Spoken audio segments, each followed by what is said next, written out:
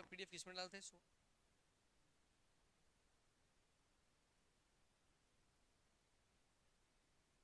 देखिए, योगा के लिए आपका जो एग्जाम में जहाँ से क्वेश्चन आएगा वो एकदम क्लियर है स्ट्रिक्टली कि डीएड का जो सिलेबस है ना, वहाँ से आपके एग्जाम में क्वेश्चन देखने मिलेगा।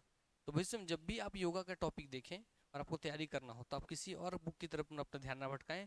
चुपचाप शांति मन से डीएड का सिलेबस जो इसमें दिया हुआ है योगा वाला पोर्सन, उस पोर्सन को आपको पढ़ करके निकलना है। क्लियर हो गई बात ना? उसके साथ कुछ स्पेशलाइजेशन सुपरलेटिव डिग्री होती है। सुपरलेटिव मतलब भैया जैसे सबसे बेस्टम बेस्ट, सबसे ऊपर, सबसे टॉप। जैसे आप मेरे बारे में कुछ भी जानना चाहेंगे कि मैं क्या पढ़ाता हूँ, कैसे पढ़ाता हूँ, उससे पहले जानना क्या जरूरी है कि मेरा नाम क्या है, प्रतीक सिंह, है ना? तो वैसे ही हर एक सब्जेक्ट चालू करने से पहले कुछ सुपरलेटिव चीजें होती हैं जिसको आपको पहले से ही जानना जरूरी है। जैसे योगा के अंदर क्या है, कैसा है, योगा क्यों होता है, क्या होता है, बाद में जानिए। पहले योगा क्यों है, योगा का मतलब क्या होता है, योगा ही क्या होता है, पहले ये जानना होता है। ठीक हो गई बात ना? तो ये क्या होता है योगा, क्यों है योगा, इसको हम लोग कल के सेशन में डील कर चुके हैं। ठीक। आज हम लोग योगा के अंदर जब हम जाएंगे तो आप देखेंगे प्रारंभिक शिक्षा में प्रत्युत्तर डीएलएड आप सिलेबस का जो देखेंगे तो योग शिक्षा, इसमें टॉपिक आपका देखिए आने वाले भविष्य में जब भी ये टॉपिक दिखे आपके सिलेबस में ऐड होगा धीरे धीरे। योग शिक्षा, स्वास्थ्य, स्वच्छता, भावात्मक शिक्षा भाग एक प्रथम वर्ष का सिलेबस में दिया गया है, वो भी छत्तीसगढ़ सरकार का। और यहीं से छत्तीसगढ़ सरकार का जो सिलेबस है यहीं से आपके एग्जाम में ये आने वाला है पोर्सन। तो पहली बात, क्या आपको इसके लिए परेशान होना है इसके नोट्स के लिए? नहीं, बिल्कुल फ्री। ये पीडीएफ आपके व्हाट्सएप ग्रुप जो दीवार पे वहाँ बार कोड लगा है उसे स्कैन करके आप व्हाट्सएप ग्रुप में जुड़ जाएंगे, वहाँ पीडीएफ आपको डला हुआ मिल जाएगा। ठीक। तो आपको इसको रिवीजन करके एग्जाम में जाना है, नोट्स नहीं बनाना है। हाँ, हॉस्टल वार्डन के लिए योगा पढ़ रहे हैं, हॉस्टल है 4 नंबर का, उसमें से ही एक नंबर है योगा वाला, उसके लिए पढ़ रहे हैं। तो ये उसके लिए आपको पीडीएफ मिल जाएगा उसमें डला हुआ। ठीक। तो पीडीएफ में जो लिखा है उसको अपने कॉपी में नहीं लिखना है। पीडीएफ से हट के जो मैंने शुरू में बात की थी सुपरलेटिव चीजों की, है ना, उसको मैं लिखवाता हूँ, कल भी लिखवाया था, कल देखे होंगे लिखे होंगे, और आज भी लिखवाऊंगा, उसको लिख लीजिएगा। बाकी इसमें जो पढ़ाना मैं इससे डील कर दूंगा और उसको इसी में जाकर के घर में आराम से पीडीएफ से पढ़ लीजिएगा। ठीक हो गई बात ना? हमको सुपरलेटिव मतलब पॉइंट के ऊपर ऊपर काम करते हुए चलना है, क्योंकि एक नंबर मेंशन किया है, ज्यादा ज्यादा 1 से 2 नंबर का क्वेश्चन आंसर आ सकता है इनडायरेक्टली इससे। ठीक हो गई बात? तो उस 1 या 2 नंबर को कंठस्थ करने के लिए जिस अप्रोच को हमको फॉलो करना है वो बहुत ध्यान में रखना है, क्योंकि एग्जाम ऑफ समय बहुत कम आ गया है, कम टाइम में आपको एकदम सटीक पढ़ना है, तो सटीकता के साथ हम पढ़ेंगे, जैसा पढ़ाएंगे उतना पढ़ते चलिएगा। इसका 2 पीडीएफ मैं आपके साथ शेयर करूंगा। पहला पीडीएफ ये है आपके सामने जो आपको प्रथम वर्ष का है, दूसरा आपका फिर आपके सामने द्वितीय वर्ष का भी आएगा इसका। ठीक है? दोनों में इतने बड़े सिलेबस में क्या क्या पढ़ना है मैं पहले ही आपको बता दूंगा।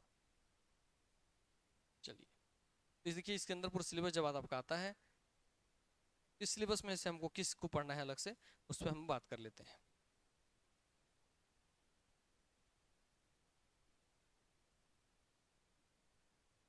बच्चों और हमारा स्वास्थ्य हमको नहीं पढ़ना है।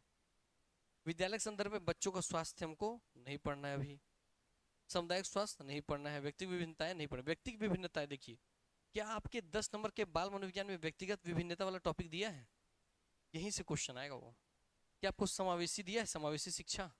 यहीं से क्वेश्चन आएगा वो। तो आप भले मार्केट कितनी मैगजीन पढ़ रहे हो, कोई बुक पढ़ रहे होंगे, आपको पहले बता रहा हूँ, अगर आप गलत रास्ते में चल के तैयारी की और अब कम समय में अगर आपको सुधार करना तो इस पीडीएफ का भरपूर उपयोग कीजिएगा, इसको जरूर रिवीजन कर जाइएगा। इसके लिखे हुए लाइन से आपको क्वेश्चन बना करके देगा।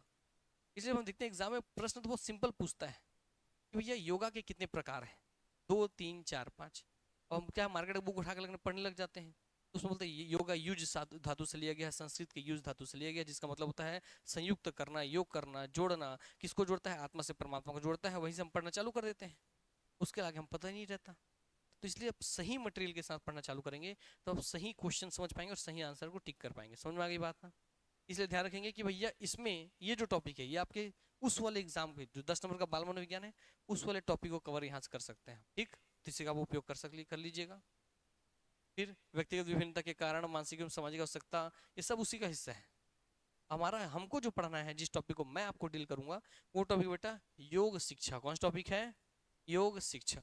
तो डीएड के सिलेबस का फर्स्ट ईयर का इकाई कौन सा पढ़ना है हमको? इकाई 5। कौन सा पढ़ना है बोलिए जोर से? इकाई, बैठे नहीं रहना है, प्रॉपर भैया 2 वे कम्युनिकेशन होना चाहिए। कौन सा इकाई पढ़ना है? इकाई 5।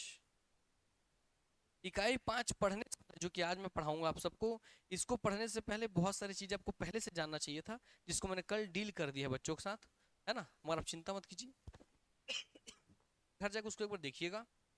और अभी 5 से 10 मिनट में उसको हम बहुत फास्टर तरीके से रिवीजन करेंगे। उसके बाद इस वाले PDF वाले हिस्से में हम आएंगे और तब इसको पढ़ना चालू करेंगे। ठीक हो गई बातें? Yes। अब ध्यान सुनते चलिएगा। कल का किसी को, अभी आपके बैठे हैं मित्रगण, उनमें से किसी का कॉपी लेकर फोटो खींच लीजिएगा, तो जो हम लिखवाए हैं वो आपको मिल जाएगा, नहीं तो आप घर जाके वीडियो देख के भी लिख सकते हैं। तो देखिए इस योगा सबका जो इकाई 5 है, इसमें हमको पढ़ना क्या है? योग का परिचय। पहला योग का परिचय है, दूसरा योग को प्रभावी बनाना, फिर योगासन के पूर्व तैयारी, फिर अष्टांग योग, फिर योगासन, सूर्य नमस्कार, प्राणायाम, मुद्राएं। और आपको मैं आज ही बोल देता हूँ लिखित तौर पे सबसे ज्यादा चांसेस है कि 5 में से जहां से भी आपको क्वेश्चन आने का चांस है सबसे ज्यादा, एक है योग का परिचय, जिसमें आपका सब चीज समाहित हो जाएगा जो कल मैंने लिखवाया है ना? योग क्या है, क्यों है, ऐसा क्यों है, वैसा क्यों है, सब चीज आ जाएगी। दूसरा आपसे क्वेश्चन बनने का चांस है अष्टांग योग से। और तीसरा जो कि कॉमन है, योग आसन में ही भैया आपका आता है सूर्य नमस्कार वगैरह। योग आसन वाले टॉपिक का, ये योग आसन वाले टॉपिक का सूर्य नमस्कार, प्राणायाम, मुद्राएं, इन सब से आपको क्वेश्चन देखने मिलेगा। तो इस पूरे में हमको क्या नहीं पढ़ना है? योग को प्रभावी बनाने वाला हिस्से पे अगर आप काम नहीं करते हैं तो ये कॉमन सेंस से बनेगा। जैसे अगर आपसे पूछे कि योगा कहाँ करना चाहिए, इसका बताना हो कैसा क्वेश्चन आएगा इसमें, तब खुद बताइए आप कहाँ बहुत प्रभावी तरीके से योगा कर पाएंगे? किसी बंद कमरे के किसी खुले स्थान पर, खुले स्थान पर, स्वच्छ वायु में कि भैया प्रदूषित वायु में, हाथ धो करके, पेट वगैरह साफ करके कि भाई पेट में मल वगैरह रख करके साफ करके। इसका मतलब ये कॉमन सेंस से बनेगा, इसलिए रॉकेट साइंस नहीं चाहिए आपको, है ना? जिस उम्र में आप पल पढ़ के इतने बड़े हो गए हैं, आप अपने समस्त इस टॉपिक को कवर कर लेंगे। इसका मतलब हमको इस पे बहुत ध्यान नहीं देना है, हमको ध्यान देना था ये जो कि डील हो चुका है। हमको आज अष्टांग योग और हमको भैया योगासन, ये वाले हिस्से पे ध्यान देना। 2 पोर्शन से आपके क्वेश्चन आने के चांसेस सबसे ज्यादा है, इसलिए बोला ना पहले से ही मटेरियल चुनिए, उस मटेरियल में कहाँ से क्वेश्चन आएगा उस पोर्शन को डिसाइड कीजिए, तब पढ़ना चालू कीजिए। कभी भी आप किसी एग्जाम की तैयारी करते हैं तो सिलेबस के अकॉर्डिंग पहले ये वाले पोर्शन सबसे ज्यादा समय दिया कीजिए, उसके बाद आप पढ़ना चालू कीजिए। क्योंकि आप गलत डायरेक्शन में 100 पेज पढ़ रहे हैं और सही डायरेक्शन में 2 पेज, एक बराबर है वो। समझ गई बात ना? तो इस कम समय में हम कम पढ़ेंगे, सटीक पढ़ेंगे और पढ़ करके आगे बढ़ते चलेंगे। ठीक हो गई बातें? तो आगे बढ़ते हैं। इसके साथ आपका लिखा हुआ है, देखिए टॉपिक में खेल एवं शिक्षा लिखा हुआ है ना, तो खेल एवं शिक्षा में यही स्थानीय खेल वाले से हिस्से से पोर्शन से आएगा वो। 4 नंबर खेल शिक्षा दिया है, वहीं स्थानीय खेल वाले हिस्से से आपको पूछेगा कबड्डी, खो खो, वॉलीबॉल, इन सब से जुड़ा हुआ आपको क्वेश्चन पूछ लेगा। ठीक हो गई बात ना? तो अलग उस अलग वाले पोर्शन के लिए भी यहीं से वो कवर हो जाएगा। सब इसी के सिलेबस से लिया गया है वो पूरा पोर्शन, आपको ये बता रहे हैं हम। तो हमको भैया मेन पढ़ना है योग शिक्षा, जो कि आपका पेज नंबर 41 से 64 है। अब पूरे 41 से 64 पूरा हमको पेज नहीं पढ़ना है, क्या पढ़ना, कैसे पढ़ना, इसकी शुरुआत हम करते हैं। तो चलिए चलते हैं भैया आज की हम क्लास की ओर, पेज नंबर 41 से 64 की ओर।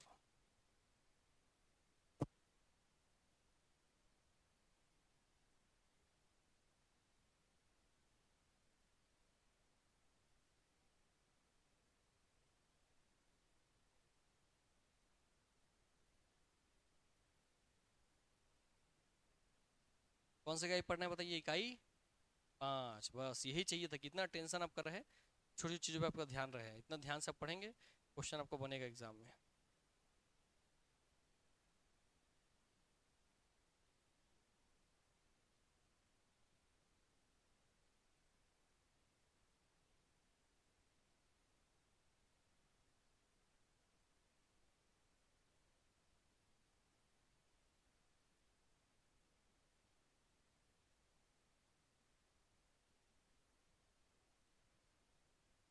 इकाई 5 योगा आ गया, ध्यान रखेंगे। तो इकाई 5 योगा हम लोग पढ़ना चालू करते हैं, जिसमें आपको पहले टॉपिक दिख रहा है योग एक परिचय के रूप में। योग एक परिचय के रूप में हम लोग जब आपको बताने जाएंगे तो कुछ चीजें मैं बहुत तेजी से बताते चलूंगा, आप लोग अपना कॉपी पेन रेडी कर लीजिए, तेजी से लिखते चलिएगा उसी तरीके से जैसे हम लिखाऊंगा वहां से वैसे ही क्वेश्चन आएगा। तो कल का रिवीजन हो जाएगा और आगे फिर यहाँ से हम ऐड करके आगे बढ़ाएंगे। योगा, योग जो कि संस्कृत के, ये पूछ सकता है किससे लिया गया है, तो शब्द संस्कृत के युज धातु से, युज क्या है, एक धातु है, युज धातु से लिया गया है, जिसका मतलब होता है संयुक्त करना। ये पूछ सकता है संयुक्त करना या जोड़ना, जैसा बना रहा हूं वैसे बना करके लिखेंगे। ये सब की पॉइंट जगह का आंसर लाइन का क्वेश्चन आंसर बनेगा आपका। अब सर ये संयुक्त करता है, जोड़ता है, तो किसको जोड़ता है सर? ये जोड़ता है आपके आत्मा से। ये क्वेश्चन बहुत बार पूछा गया है, योगा किसे जोड़ता है? आत्मा से परमात्मा को जोड़ता है। और इस पे आज मैं डील नहीं करूंगा कि आत्मा से परमात्मा को जोड़ना क्या होता है, क्योंकि कल के वीडियो मैंने बहुत अच्छे से डील किया है साइंटिफिकली तरीके से रीजन बता करके, है ना? ये हो गई बातें। तो कल की क्लास जरूर देखिएगा, क्योंकि हमें आप लिख के छोड़ दिया, बट कल मैं समझाया हूँ साइंटिफिक तरीके से कि वो कैसे आत्मा से परमात्मा को जोड़ता है। इसके पीछे पूरा एक साइंस है, इसके अंदर कारक तत्व आता है, बहुत सारी चीजें हैं जो कल मैंने डील किया उस क्लास को जरूर देख लीजिएगा, ठीक। आज हम की पॉइंट्स पे काम कर चलते हैं जहाँ से आपको क्वेश्चन बनेगा। तो आत्मा से परमात्मा को शरीर जोड़ता है। अब योग के भैया पूछता है दूसरा क्वेश्चन अगला, योग के आदि पुरुष कौन है? तो कौन आदि पुरुष, कल वाले बच्चे बताइए। शिव। कौन है? शिव। और दूसरा नाम क्या है? आदि योगी, या इसको आदि शिव भी लिख सकते हैं। इसका मतलब आदि से अनंत तक, आदि से अंत तक बोला जाता है। आदि का मतलब होता है प्रारंभ, अंत का मतलब अंत। तो आदि से अंत तक मतलब जो प्रारंभ से अंत तक रहे। तो आदि का मतलब ये तो आरंभ से जो है। तो आरंभ किसने किया?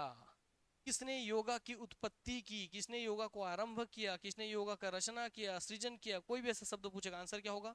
शिव या आदि योगी। ठीक हो गई बात। ये तो आदि योगी है, मगर हम किसके भैया योग को जानते हैं? तो हम योगा जिनको जानते हैं वो है योग सूत्र पुस्तक के बारे में। हम किसके बारे में जानते हैं? योग सूत्र पुस्तक के बारे में जानते हैं। इसके रचयिता कौन है? महर्षि पतंजलि। कौन है? महर्षि पतंजलि। कौन है? महर्षि पतंजलि। महर्षि पतंजलि। हो गई बात ना। अब महर्षि पतंजलि जी ने, तो आपसे क्वेश्चन पूछेगा योग सूत्र की रचना किसने की थी? महर्षि पतंजलि जी ने की थी। सर उन्होंने इस पुस्तक का नाम योग और सूत्र क्यों रखा गया? क्योंकि उन्होंने इसमें योग को सूत्रों के रूप में ही लिखा है, श्लोक के रूप में ही लिखा है, इसलिए इस पुस्तक का नाम योग से जुड़ा हुआ सूत्र कहलाया, योग सूत्र कहलाया। तो मुद्दे की बात आती है सर कि योग सूत्र जब उन्होंने लिखवाया तो इस योग सूत्र को कितने खंडों में बांटा गया? पुस्तक जो है ये पुस्तक कितने खंडों बटी हुई है? तो कल के मेरे बच्चे बताएंगे कितने खंड में बटी हुई है। कितने खंड में? 4। टाइटल बताइएगा, ठीक है। जाइए, इतना लिख लिए सबके सब ना? सब लिख लिए इतना? ठीक है, आगे बढ़ते हैं। कल के बच्चे बताएंगे तो सर योग सूत्र को कितने भैया खंड में बांटा गया? तो कितने खंड में बांटा गया? तो 4। कितने खंड में? 4। बताइए 4 खंड के उनका नाम बताइए। पहला खंड क्या है? क्या है? क्या? समाधि पाद। क्या है? समाधि। तो बेटा खंड को उनके लैंग्वेज में पाद कहा जाता है। पाद माने पार्ट या भाग। ठीक हो गई बात ना। तो समाधि पाद। दूसरा कौन है बोलिए? साधना पाद। कौन सा पाद है? साधना पाद। तीसरा कौन है बेटा? बोलो। विभूति पाद। वेरी गुड, यही एग्जाम में विभूति पाद। चौथा क्या है? क्या? कैवल्य। तो भैया जो योग सूत्र है इस पुस्तक को 4 खंडों में बांटा गया है। इसको ट्रिक क्या है? सीधा एक लाइन में इस पाद को छोड़ देंगे। पाद में भाग होता है, पाठ होता है। तो सीधा बोलेंगे समाधि साधना विभूति कैवल्य। बोलिए साथ में गाने की तरह, समाधि साधना विभूति कैवल्य। सब बोलिए, समाधि साधना विभूति कैवल्य। सब बोलिए, समाधि साधना विभूति कैवल्य। सब बोलेंगे, समाधि साधना विभूति कैवल्य। इसका मतलब समाधि साधना विभूति कैवल्य। ये सीक्वेंस ऐसे ही गाने की तरह याद होना चाहिए। क्यों? क्योंकि इसमें प्रत्येक जो लिखा है योग सूत्र, योग सूत्र को बांटा तो 4 खंड में, इसमें सूत्र किसमें कितने सूत्र हैं? समाधि पाद में कितने सूत्र हैं? क्वेश्चन बन जाएगा। साधना पाद में कितने हैं? विभूति में कितने हैं? कैवल्य में कितने हैं? ऐसे सूत्रों की पूरी सूची आपसे क्वेश्चन की बन सकती है। तो अगर ट्रिक रख लेंगे, क्या है भैया ट्रिक? समाधि साधना विभूति कैवल्य। इसको गाने की तरह बना लीजिए। क्या बोलेंगे? समाधि साधना विभूति कैवल्य। क्या बोलेंगे? समाधि साधना विभूति कैवल्य। तो इसका ट्रिक क्या बोलिए? फॉर्मूला का कितने सूत्र हैं इसमें? 51, 51, 55, 55 और 34। तो बोलिए समाधि साधना विभूति कैवल्य 51, 55, 55, 34। बोलिए यस। इसका मतलब समाधि पाद में कितने सूत्र हैं? 51 सूत्र हैं। साधना पाद में 55 सूत्र हैं। विभूति पाद में 55 सूत्र हैं। और कैवल्य में 34 सूत्र हैं। जब आप जोड़ेंगे तो इसी से अगला क्वेश्चन बन के आता है कि योग सूत्र जो पुस्तक का नाम है जिसको महर्षि पतंजलि जी ने लिखा है, उस योग सूत्र की पुस्तक में कुल कितनी है सूत्र? सूत्रों की संख्या कितनी है? तो जोड़ दीजिए इसको। तो भैया क्या जाएगा? 195 सूत्र। क्या जाएगा? 195 सूत्र है। अर्थात योग सूत्र में कुल सूत्रों की संख्या कितनी है? 195। कितने भागों में बांटा गया है? 4। कौन से 4 भाग हैं? समाधि साधना विभूति कैवल्य। कितने कितने उसमें सूत्र हैं? 51, 55, 55, 34। समाधि साधना विभूति कैवल्य। क्लियर हो गया इतना? फिर कल का झलक है, कल पढ़ लेंगे और अच्छे से दिमाग में आपके बैठ जाएगा। आइए, जब योग का परिचय ऊपर देख लिए, योग देख लिए, योग सूत्र देख लिए, योग के ऋषि देख लिए, अपनी सब चीज देख लिया है ना। फिर कल और बहुत सारे फैक्ट हम लिखवाए हैं बच्चों को, उनको आप लोग वहां से लिख लेंगे। कल एक हिस्सा आपको बचा था, उसको बताते हैं, फिर सीधे यहाँ से आएंगे। तो कल वाले बच्चे यहाँ से कंटिन्यू करेंगे अब जो बताने जा रहा हूँ।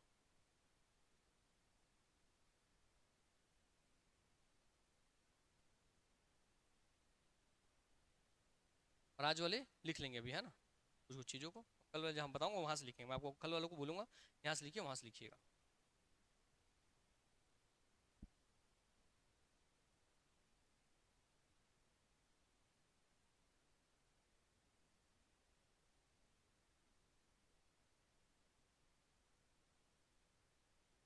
Central province and Brar.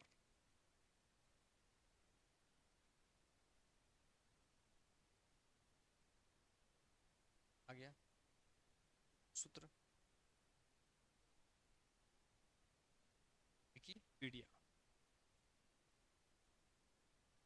कल क्लास में से बताया गया था इस विकिपीडिया में कौन कौन से हिस्से से कौन कौन से इंपॉर्टेंट पोर्शन है ना। उसी में जब आप देखेंगे तो आपको लिखा था भैया ये सब चीजें इसमें लिखा हुआ है। योग दर्शन, हाँ इसको भी लिखवा देते हैं फटाक से। योग दर्शन बताइए कि योग दर्शन, योग दर्शन,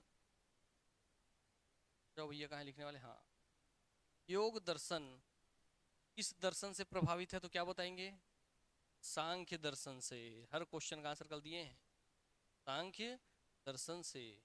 योग दर्शन के ऋषि कौन है भैया आपके, योग योग सूत्र वाले के पतंजलि जी हैं। और सांख्य दर्शन के कौन है, बताइए, कल बताए थे, बोलिए, कपिल मुनि। कौन है, कपिल मुनि।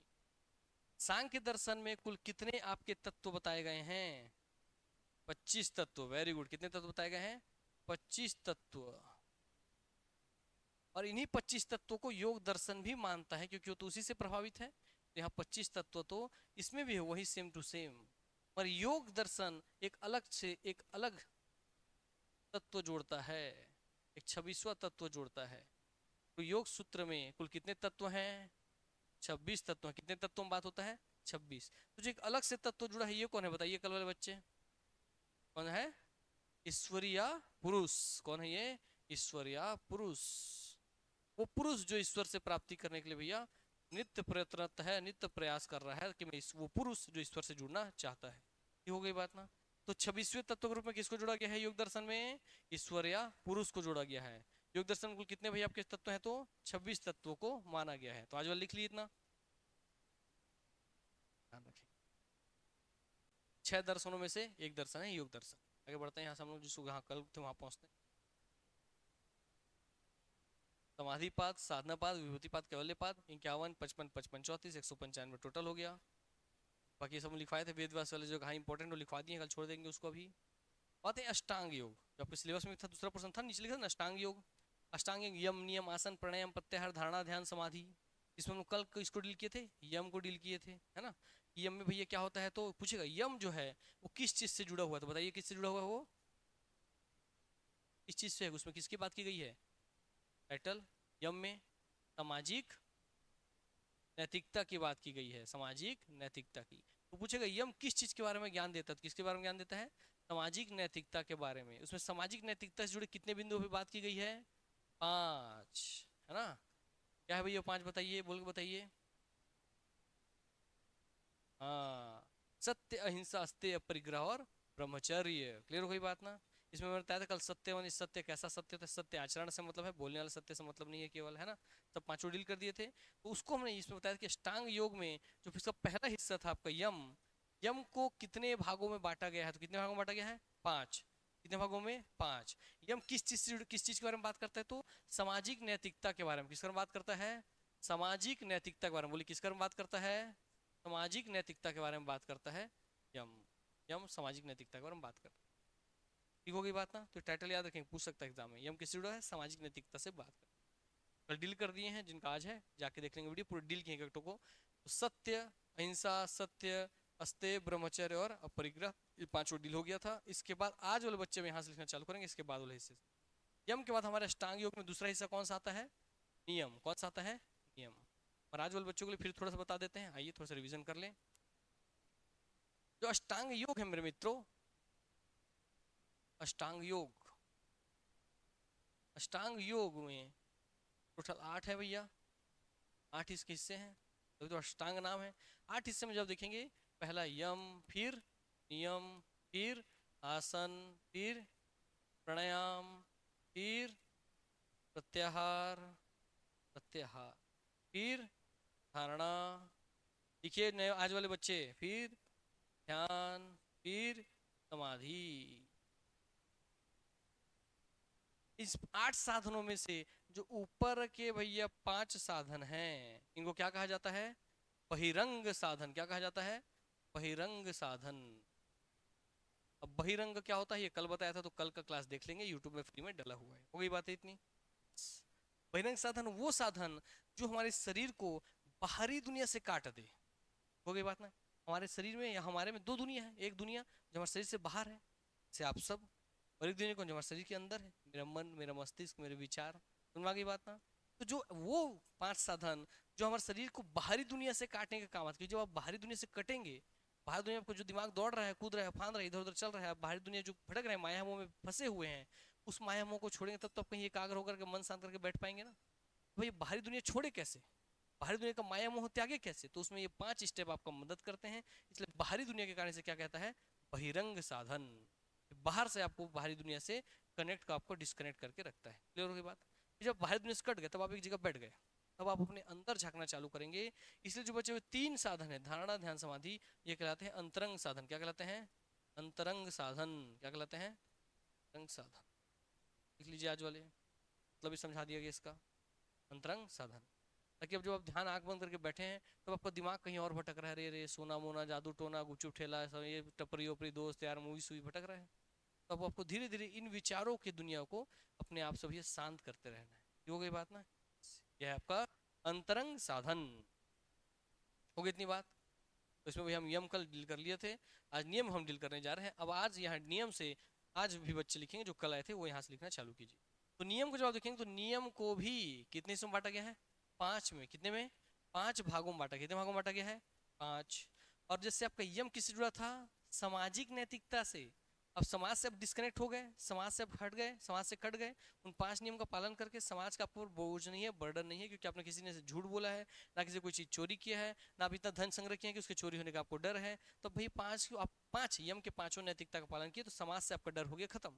और अपने आप की बात इसमें करेंगे, इसमें नियम बात करेंगे खुद के बारे में।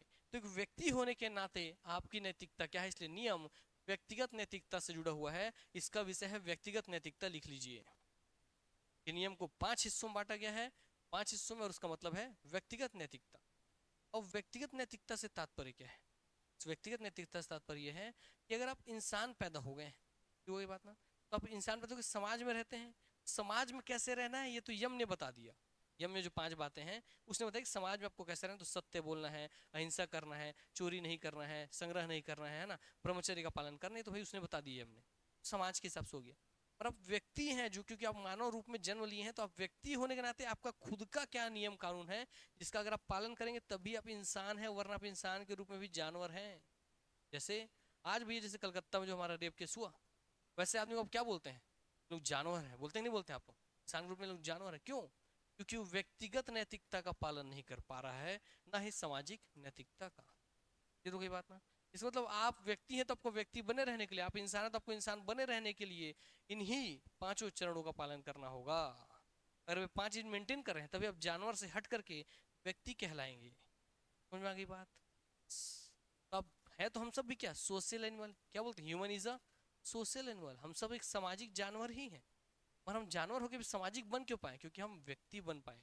जानवर में एक अलग, हम जीव जंतु में एक अलग विशेष कैटेगरी बन पाए, है ना, अपने दिमाग को सब ज्यादा डेवलप कर पाए। इसलिए देखेंगे ध्यान से बहुत, वे नियम जो कि 5 व्यक्तिगत नैतिकता होती हैं, उसमें सबसे पहला नैतिक कर्म क्या है जो आपको व्यक्ति होने के नाते होना चाहिए? क्या है पहला नियम? शौच। पहला क्या है? शौच। तो पहले 5 टाइटल लिखिए, उसके सामने हम छोटा छोटा की पॉइंट दिखाएंगे। पहले लिखिए, पहला क्या है? शौच।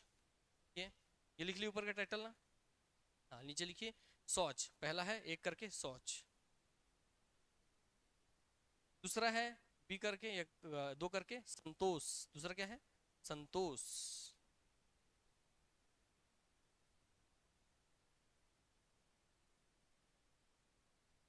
संतोष। तीसरा है तप। तीसरा है तप। तीसरा क्या है?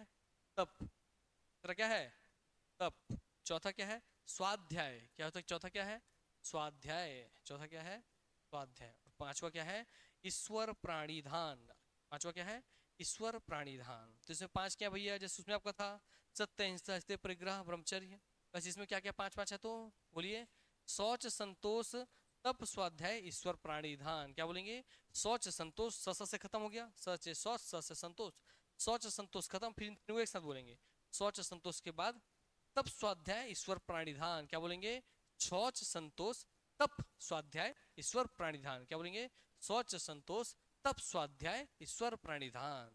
पांचों याद रहेगा ये, क्योंकि इसी को लिख करके दे देगा। नियम के कौन से 5 भेद हैं या 5 उसके हिस्से हैं, इस 5 में उसका एक ठो मिला करके दे देगा। इनमें से कौन सा नहीं है पूछ लेगा, या उसी को 5 देगा इसमें डाल देगा, इनमें से कौन सा है बोल देगा। क्लियर हो गई बात ना। कौन कौन है नियम के हिस्से, शौच संतोष तप स्वाध्याय और प्राणिधान। अब आइए समझते हैं कैसे इसको फॉलो करके ही आप इंसान बनते हैं, कैसे आपको जानवर से अलग इंसान बनाता है, इसको ध्यान से देखते चलिए, समझते चलिएगा। तो इससे एग्जाम का ज्यादा जरूरी है कि आप अपने व्यक्तिगत जीवन जी कैसे रहे हैं, उसका पूरा मार्गदर्शन आपको बता देगा कि आप जैसे ही डायरेक्शन जीवन जी रहे हैं या गलत डायरेक्शन जी रहे हैं, है ना। तो आपके चरित्र निर्माण के लिए क्लासेस बहुत इंपॉर्टेंट है। आइए, तो पहला है शौच। शौच का मतलब ये भैया शरीर की स्वच्छता। अब शरीर की स्वच्छता 2 प्रकार से होती है, एक बाहरी स्वच्छता और एक आंतरिक स्वच्छता, है ना। स्वच्छ तन तो स्वच्छ मन। तो इसका मतलब बाहरी स्वच्छता के लिए आप क्या करेंगे, बाहर से आप ब्रश कर लेते हैं, बाहर से आप नहा लेते हैं, बाहर से आप सब चीज कर लेते हैं। आंतरिक स्वच्छता के लिए भी जितने आपके अंदर में मल मूत्र है सबका आप त्याग कर देते हैं। तो मतलब आपको जब भी योग से जुड़ना है, ईश्वर से आपको जुड़ना है, आत्मा के रूप में परमात्मा जुड़ना है, तो सबसे पहले आपको क्या जरूरी है, शरीर के अंदर और बाहरी हिस्सों का शुद्ध होना। क्या होना, शुद्ध हो। क्लियर हो गई बात ना। जैसे तो आप आधे साथ बोले, जब मैं पूछा ना कि योग करते समय बताइए आपको पेट साफ होना चाहिए कि पेट में मल होना चाहिए, क्या होना चाहिए, साफ। तो आपको पता तो सब चीज है, मगर क्यों, क्योंकि यही लिखा गया है नियम में स्पेशल। तो सर शरीर और मन की शुद्धि का बात कर रहा है। अब शरीर का मैंने बता दिया अंदर बाहर, अब मन की शुद्धि, मन की शुद्धि, विचार की शुद्धि कैसे सर। अगर आप भाई जब ध्यान करने बैठ रहे हैं, ईश्वर का ध्यान करने बैठ रहे हैं, योग करने बैठ रहे हैं, अपने जीवन में कभी भी कुछ भी आप ऐसे पढ़ लिख रहे हैं, नहीं कर रहे हैं ईश्वर पर योग को, हमेशा क्या करते हैं लोग, योग को हमेशा ऐसा बता दें कि साधु संत का काम है। नहीं, आप अपने जीवन में जब भी जी रहे हैं और आपके मन में किसी के प्रति अगर भैया अश्लील छवि बन रही है, अश्लील विचार चल रहे हैं, खतरनाक विचार चल रहे हैं, घृणित विचार चल रहे हैं, हिंसात्मक विचार चल रहे हैं, इसका मतलब आपका मन शुद्ध, मतलब ऐसे मन के व्यक्ति कभी भी अपना लक्ष्य प्राप्त नहीं कर सकते, कभी भी वो ईश्वर से जुड़ नहीं सकते, कभी वो व्यक्ति कहलाने के लायक नहीं है। व्यक्ति या मानव आप तभी हैं जब आपके मन में किसी के प्रति भी, मन में, शरीर तन में नहीं, मन और तन सब में शुद्धि हो, किसी के प्रति कोई द्वेष ना हो, कोई ग्वाली ना हो, कोई भी आपका नुकसान की भावना ना हो, ना की बात ना जलन हो ना ईर्ष्या हो, आप हर एक ऐसे इमोशन से मुक्त हो। पॉसिबल तो होता नहीं है, आपको कोई 2 बात बोलता है आप गुस्सा आ जाते हैं, यस, तो इसी चीज को तो कंट्रोल करना है ना। तभी तो हम जानवर से हट के बनेंगे। जानवर के एरिया में जब दूसरा जानवर आता है तो वो दहाड़ता, तो ये भी दहाड़ता, दोनों दूसरे से लड़के मर जाते हैं। और हम तो जानवर नहीं, हम क्या है भैया, जानवर की कैटेगरी में इंसान को आ चुके हैं। इंसान बनेंगे अब कैसे, लेकिन जब कोई आकर आपको 4 बात बोल रहा है, आपके शरीर में तो लगना नहीं है, ये प्यार से निकल, उसको पश्चाताप में मरने दी। कल हमने बात किया था भैया, यही स्वच्छ शरीर और मन की शुद्धि। तो आपसे पूछेगा इसके सामने बस एक ही लाइन लिखिए, शरीर और मन की शुद्धि लिखिए, स्वच्छ के सामने एरो करके, शरीर और मन की शुद्धि। हो सकता है आपसे, स्वच्छ का तात्पर्य क्या है, शरीर और मन की शुद्धि, शरीर में आंतरिक शरीर की, बाह्य शरीर की शुद्धि। तो मल वगैरह त्याग कर लेना है, सुबह नहा धोआ करके फ्रेश हो लेना है ना, बढ़िया से टाइम से उठ करके, यस। अब इसके अंदर पढ़ लेंगे आप लोग। अर्थात पवित्रता 2 प्रकार की होती है, बाहरी पवित्रता, आंतरिक पवित्रता, जो मैंने आपको बोलता वही चीज है। अंगों को धोना, स्वच्छ करना, बाह्य स्वच्छता, पवित्रता, मैत्री इत्यादि, आंतरिक मैत्री, करुणा, मुदित, उपेक्षा के द्वारा मलो कुलसो अशुद्धियों का निराकरण करना, इन सबको शरीर से बाहर निकाल देना। अगला आते हैं संतोष। संतोष बहुत बड़ी चीज है, संतुष्ट और प्रसन्न रहना, उसके सामने लिख लीजिए, संतोष में संतुष्ट रहना और प्रसन्न रहना। इसमें संतुष्ट, संतोष माने संतुष्ट तो होता है, और भैया प्रसन्न रहना क्यों जुड़ा गया, इसका मतलब इसलिए जुड़ा गया भैया आपको कभी भी उस चीज को लेकर के परेशान नहीं होना चाहिए जो आपके पास नहीं है। जैसे आप भैया डिप्टी कलेक्टर तैयारी करें, आप हॉस्टल की तैयारी करें, आज नहीं है आपके पास, उसको लेकर परेशान नहीं होना है, यार मैं बेरोजगार हूँ, यार मैं बेरोजगार हूँ, मैं बेरोजगार हूँ, इसको परेशान नहीं। क्या आप बन सकते हैं उसके लिए प्रयास करना है, क्योंकि जो आप अपने एनर्जी जो आप खा रहे हैं, कार्बोहाइड्रेट आपने खाया, उसका पाचन होकर ग्लूकोज बना, उस ग्लूकोज से आपके सेल में जाके जो ऊर्जा बनी, ऊर्जा से जिसे आप बोल पा रहे हैं, चल पा रहे हैं, हिल पा रहे हैं, डुल पा रहे हैं, वो ऊर्जा अगर आप ये सोचने में वेस्ट कर देंगे, वो ऊर्जा और वो समय ये सोचने में आप वेस्ट कर देंगे कि यार मैं तो बेरोजगार हूँ, क्या करूँगा जीवन में, तो आप जीवन भर बेरोजगार ही रह जाएंगे। अगर आप उसी समय का, उसी ऊर्जा का उपयोग कर दे रहे हैं कि बेरोजगार हूँ तो मुझे बेरोजगार चाहिए, वैसे एग्जाम की तैयारी करना चालू कर दो। तो मतलब रिएक्शन पे नहीं, एक्शन के बारे में सोचिए, क्या चला गया उस पर नहीं, क्या कर सकते हैं उसके बारे में सोचिए, क्या है उसके बारे में सोचिए, और क्या नहीं उसको सोचना छोड़ दीजिए। क्लियर हो गई बात ना। इसे बोलते हैं संतुष्ट होना। पहली बात जो है उससे संतुष्ट रहिए, ठीक है। आज नहीं है, चूक रहा हूँ, ठीक है, क्या करना है, ये 2-3 नंबर की तैयारी करना है, इस नंबर को टारगेट करना है, इतना पढ़ना है, फिर मेरे पे एक स्टेप में आगे बढ़ जाऊँ, उसके लिए प्रयत्नरत प्रयास करते हैं। और यहाँ बहुत बड़ी चीज़ है, जब आप प्रयास कर रहे हैं तो आप डिप्रेशन में प्रयास करें कि हॉस्टल बनना है, 3 साल हो गया, 5 साल हो गया, तैयारी नहीं हो रहा है, या आप प्रसन्न रह करके प्रयास कर रहे हैं, बहुत बड़ा रोल है। आप संतुष्टित हो गए कि ठीक है, नहीं हुआ तो नहीं हुआ, अब आगे और अच्छे से करना है। और उसके बाद जब आप पढ़ने बैठ रहे हैं, दिमाग में ये दौड़ रहा है, यार 3 साल बीत गया है, 4 साल बीत गया है, अब कैसे करूंगा। तो आप खुद बताइए, एक बच्चा जो केवल सोच में पढ़ रहा है कि 4 साल हो गए बेरोजगार हूँ, और आगे निकलेगा नहीं निकलेगा, क्या होगा नहीं होगा, भविष्य कैसे लगेगा, ये सोच के पढ़ रहा है, और एक बच्चा मस्त इंजॉय कर करके पढ़ रहा है, घूम घूम के नाच नाच के एकदम डूब डूब के पढ़ रहा है, इसका सिलेक्शन होने के चांस ज्यादा होगा, आप बताइए, ए का या बी का? बी का। तो आपको पता सब है, और फिर भी हम वही गलतियां करते आते हैं। इसका मतलब आपको वही ध्यान रखना है, जब भी पढ़ाई कर रहे हैं प्रसन्न होकर के पढ़िए। सिंसियरिटी जरूरी है, मगर मन में हमेशा एक बच्चा आपका भैया रहना चाहिए, हमेशा नाचते खेलते कूदते हुए भी आपको पढ़ रहा है, मजे मजे में सीख रहा है, हमेशा खुशी इस बात से हो रहा है। एग्जाम का क्या होगा वो तो बात की बात है, वो इस बात से खुश हो रहा है कि हाँ यार, कल से मैं आज कुछ नया सीखा हूँ, आज मैं कल से कुछ तो नया जाना हूँ, मैं अपने कल से आज का कुछ बेटर वर्जन बना लिया हूँ, कल से मैं कुछ तो अच्छा हो गया हूँ। समझ में आ गई बात ना? तो अगर आप हर दिन जो अर्जित कर रहे हैं, जो ज्ञान आप अर्जन कर रहे हैं, उसको अगर आप फील करेंगे तो आपको हर दिन प्रसन्न रहेंगे आप। ठीक हो गई बात, कि आप कल से आने वाले कल में अपना बेटर वर्जन बना रहे हैं। तो तुष्टि ही संतोष है, अर्थात एक सब छोड़ दीजिए, कोई नहीं, संतोष सब प्रसन्न, समझ गए आप लोग, ये भी छोड़ देते हैं, कोई मतलब नहीं है। आते हैं अगला, तप। अगला भाई जो आपका आता है नियम में तीसरा हिस्सा, तप। तप से जुड़ा है स्वयं से अनुशासित रहना, उसके सामने उतने लिख लीजिए बस, स्वयं से अनुशासित रहना। क्या? स्वयं से अनुशासित रहे, तब का यहाँ तात्पर्य समझिएगा। और स्वयं से अनुशासित रहने का तब का मतलब क्या है, ये मतलब नहीं कि आप यज्ञ में बैठे हुए हैं तपस्या कर रहे हैं, ओम नमः शिवाय ओम नमः शिवाय बोल रहे हैं, नहीं, ये तप नहीं है। तप है कि जो आप लक्ष्य ठान लिए कि हॉस्टल वार्डन मुझे बनना है, ये अधिकारी मुझे बनना है, उसके लिए प्रसन्न रह के पढ़ाई भी चालू कर रहे हैं, आप बढ़िया शरीर की शुद्धि उद्धि भी कर रहे हैं, मगर आप अगर अनुशासन की सीढ़ियों पर चढ़ के आगे नहीं बढ़ रहे हैं, आपको पता है क्लास 7 बजे चालू होने वाली है, 7 बजे आप नहीं आ रहे हैं, 7:30 बजे आ रहे हैं, किसी दिन आप गिफ्ट भी करते हैं, छोड़ना भाई 1 नंबर के लिए तो आना है, क्या करूंगा, अरे उसी 1 नंबर में तो 1 लाख लोगों का कंपटीशन है, 300 पोस्ट पे 6 लाख फॉर्म भराया है, बता रहे बात ना? इसका मतलब भैया आपको उस 1 नंबर को नहीं देखना, आप क्या नए अर्जन करेंगे उस 1 नंबर के पीछे, उसको सोचना है कभी। और जब उस चीज को सोच के आप चलेंगे तो भैया आप कितने अनुशासन तरीके से क्लास में आ रहे हैं, डेली बैठ रहे हैं, डेली सीख रहे हैं, डेली सुन रहे हैं, रेगुलर रह रहे हैं, सुबह उठ रहे हैं, उसी क्लास में आने के लिए पूरा फ्रेश हो रहे हैं, सब चीज कर रहे हैं, पूरा रूटीन मेंटेन किए हैं, ऑब्जेक्टिव सॉल्व करें, तो आप कितने अनुशासनात्मक तरीके से आगे बढ़ रहे हैं, वही आपको सक्सेस दिलाएगा। और इन्हीं बातों को आकर कोई IAS IPS बोलता है, आपको लगता है कितना ज्ञानी आदमी है यार, शासन के बारे में सिखा के चला गया। किसी को लोग बोलते टाइम टेबल बनाना चाहिए, ये बनाना चाहिए, अरे कोई नहीं, दिमाग को हमेशा बिंदास रखिए। टाइम टेबल बना के आप दिमाग को ऑटोमेटिक टेंशन में डाल दिए। टाइम टेबल 4 दिन फॉलो होता है, जो टाइम टेबल बनाते हैं उनके लिए बात बता रहा हूँ। टाइम टेबल कभी भैया आपके उसका नहीं होना चाहिए, समय का नहीं होना चाहिए, इस घंटे ये करना है, इतने बजे ये करना है, मूर्ख है वो। टाइम टेबल हमेशा कार्य का होना चाहिए, टास्क का होना चाहिए। अरे यार आज मेरे को हिंदी पढ़ना है, बस आधा घंटा पढ़ूंगा 1 घंटा पढ़ूंगा, तो हिंदी भी डिपेंड करता है, जब तक मजा आएगा तब तक पढ़ूंगा, फिर हिंदी छोड़ के दूसरा पकड़ूंगा। आगे बात ना, तो टाइम टेबल होना चाहिए, मगर समय का नहीं, कार्य का होना चाहिए। और अनुशासनात्मक तरीके से उसको फॉलो करना चाहिए आपको।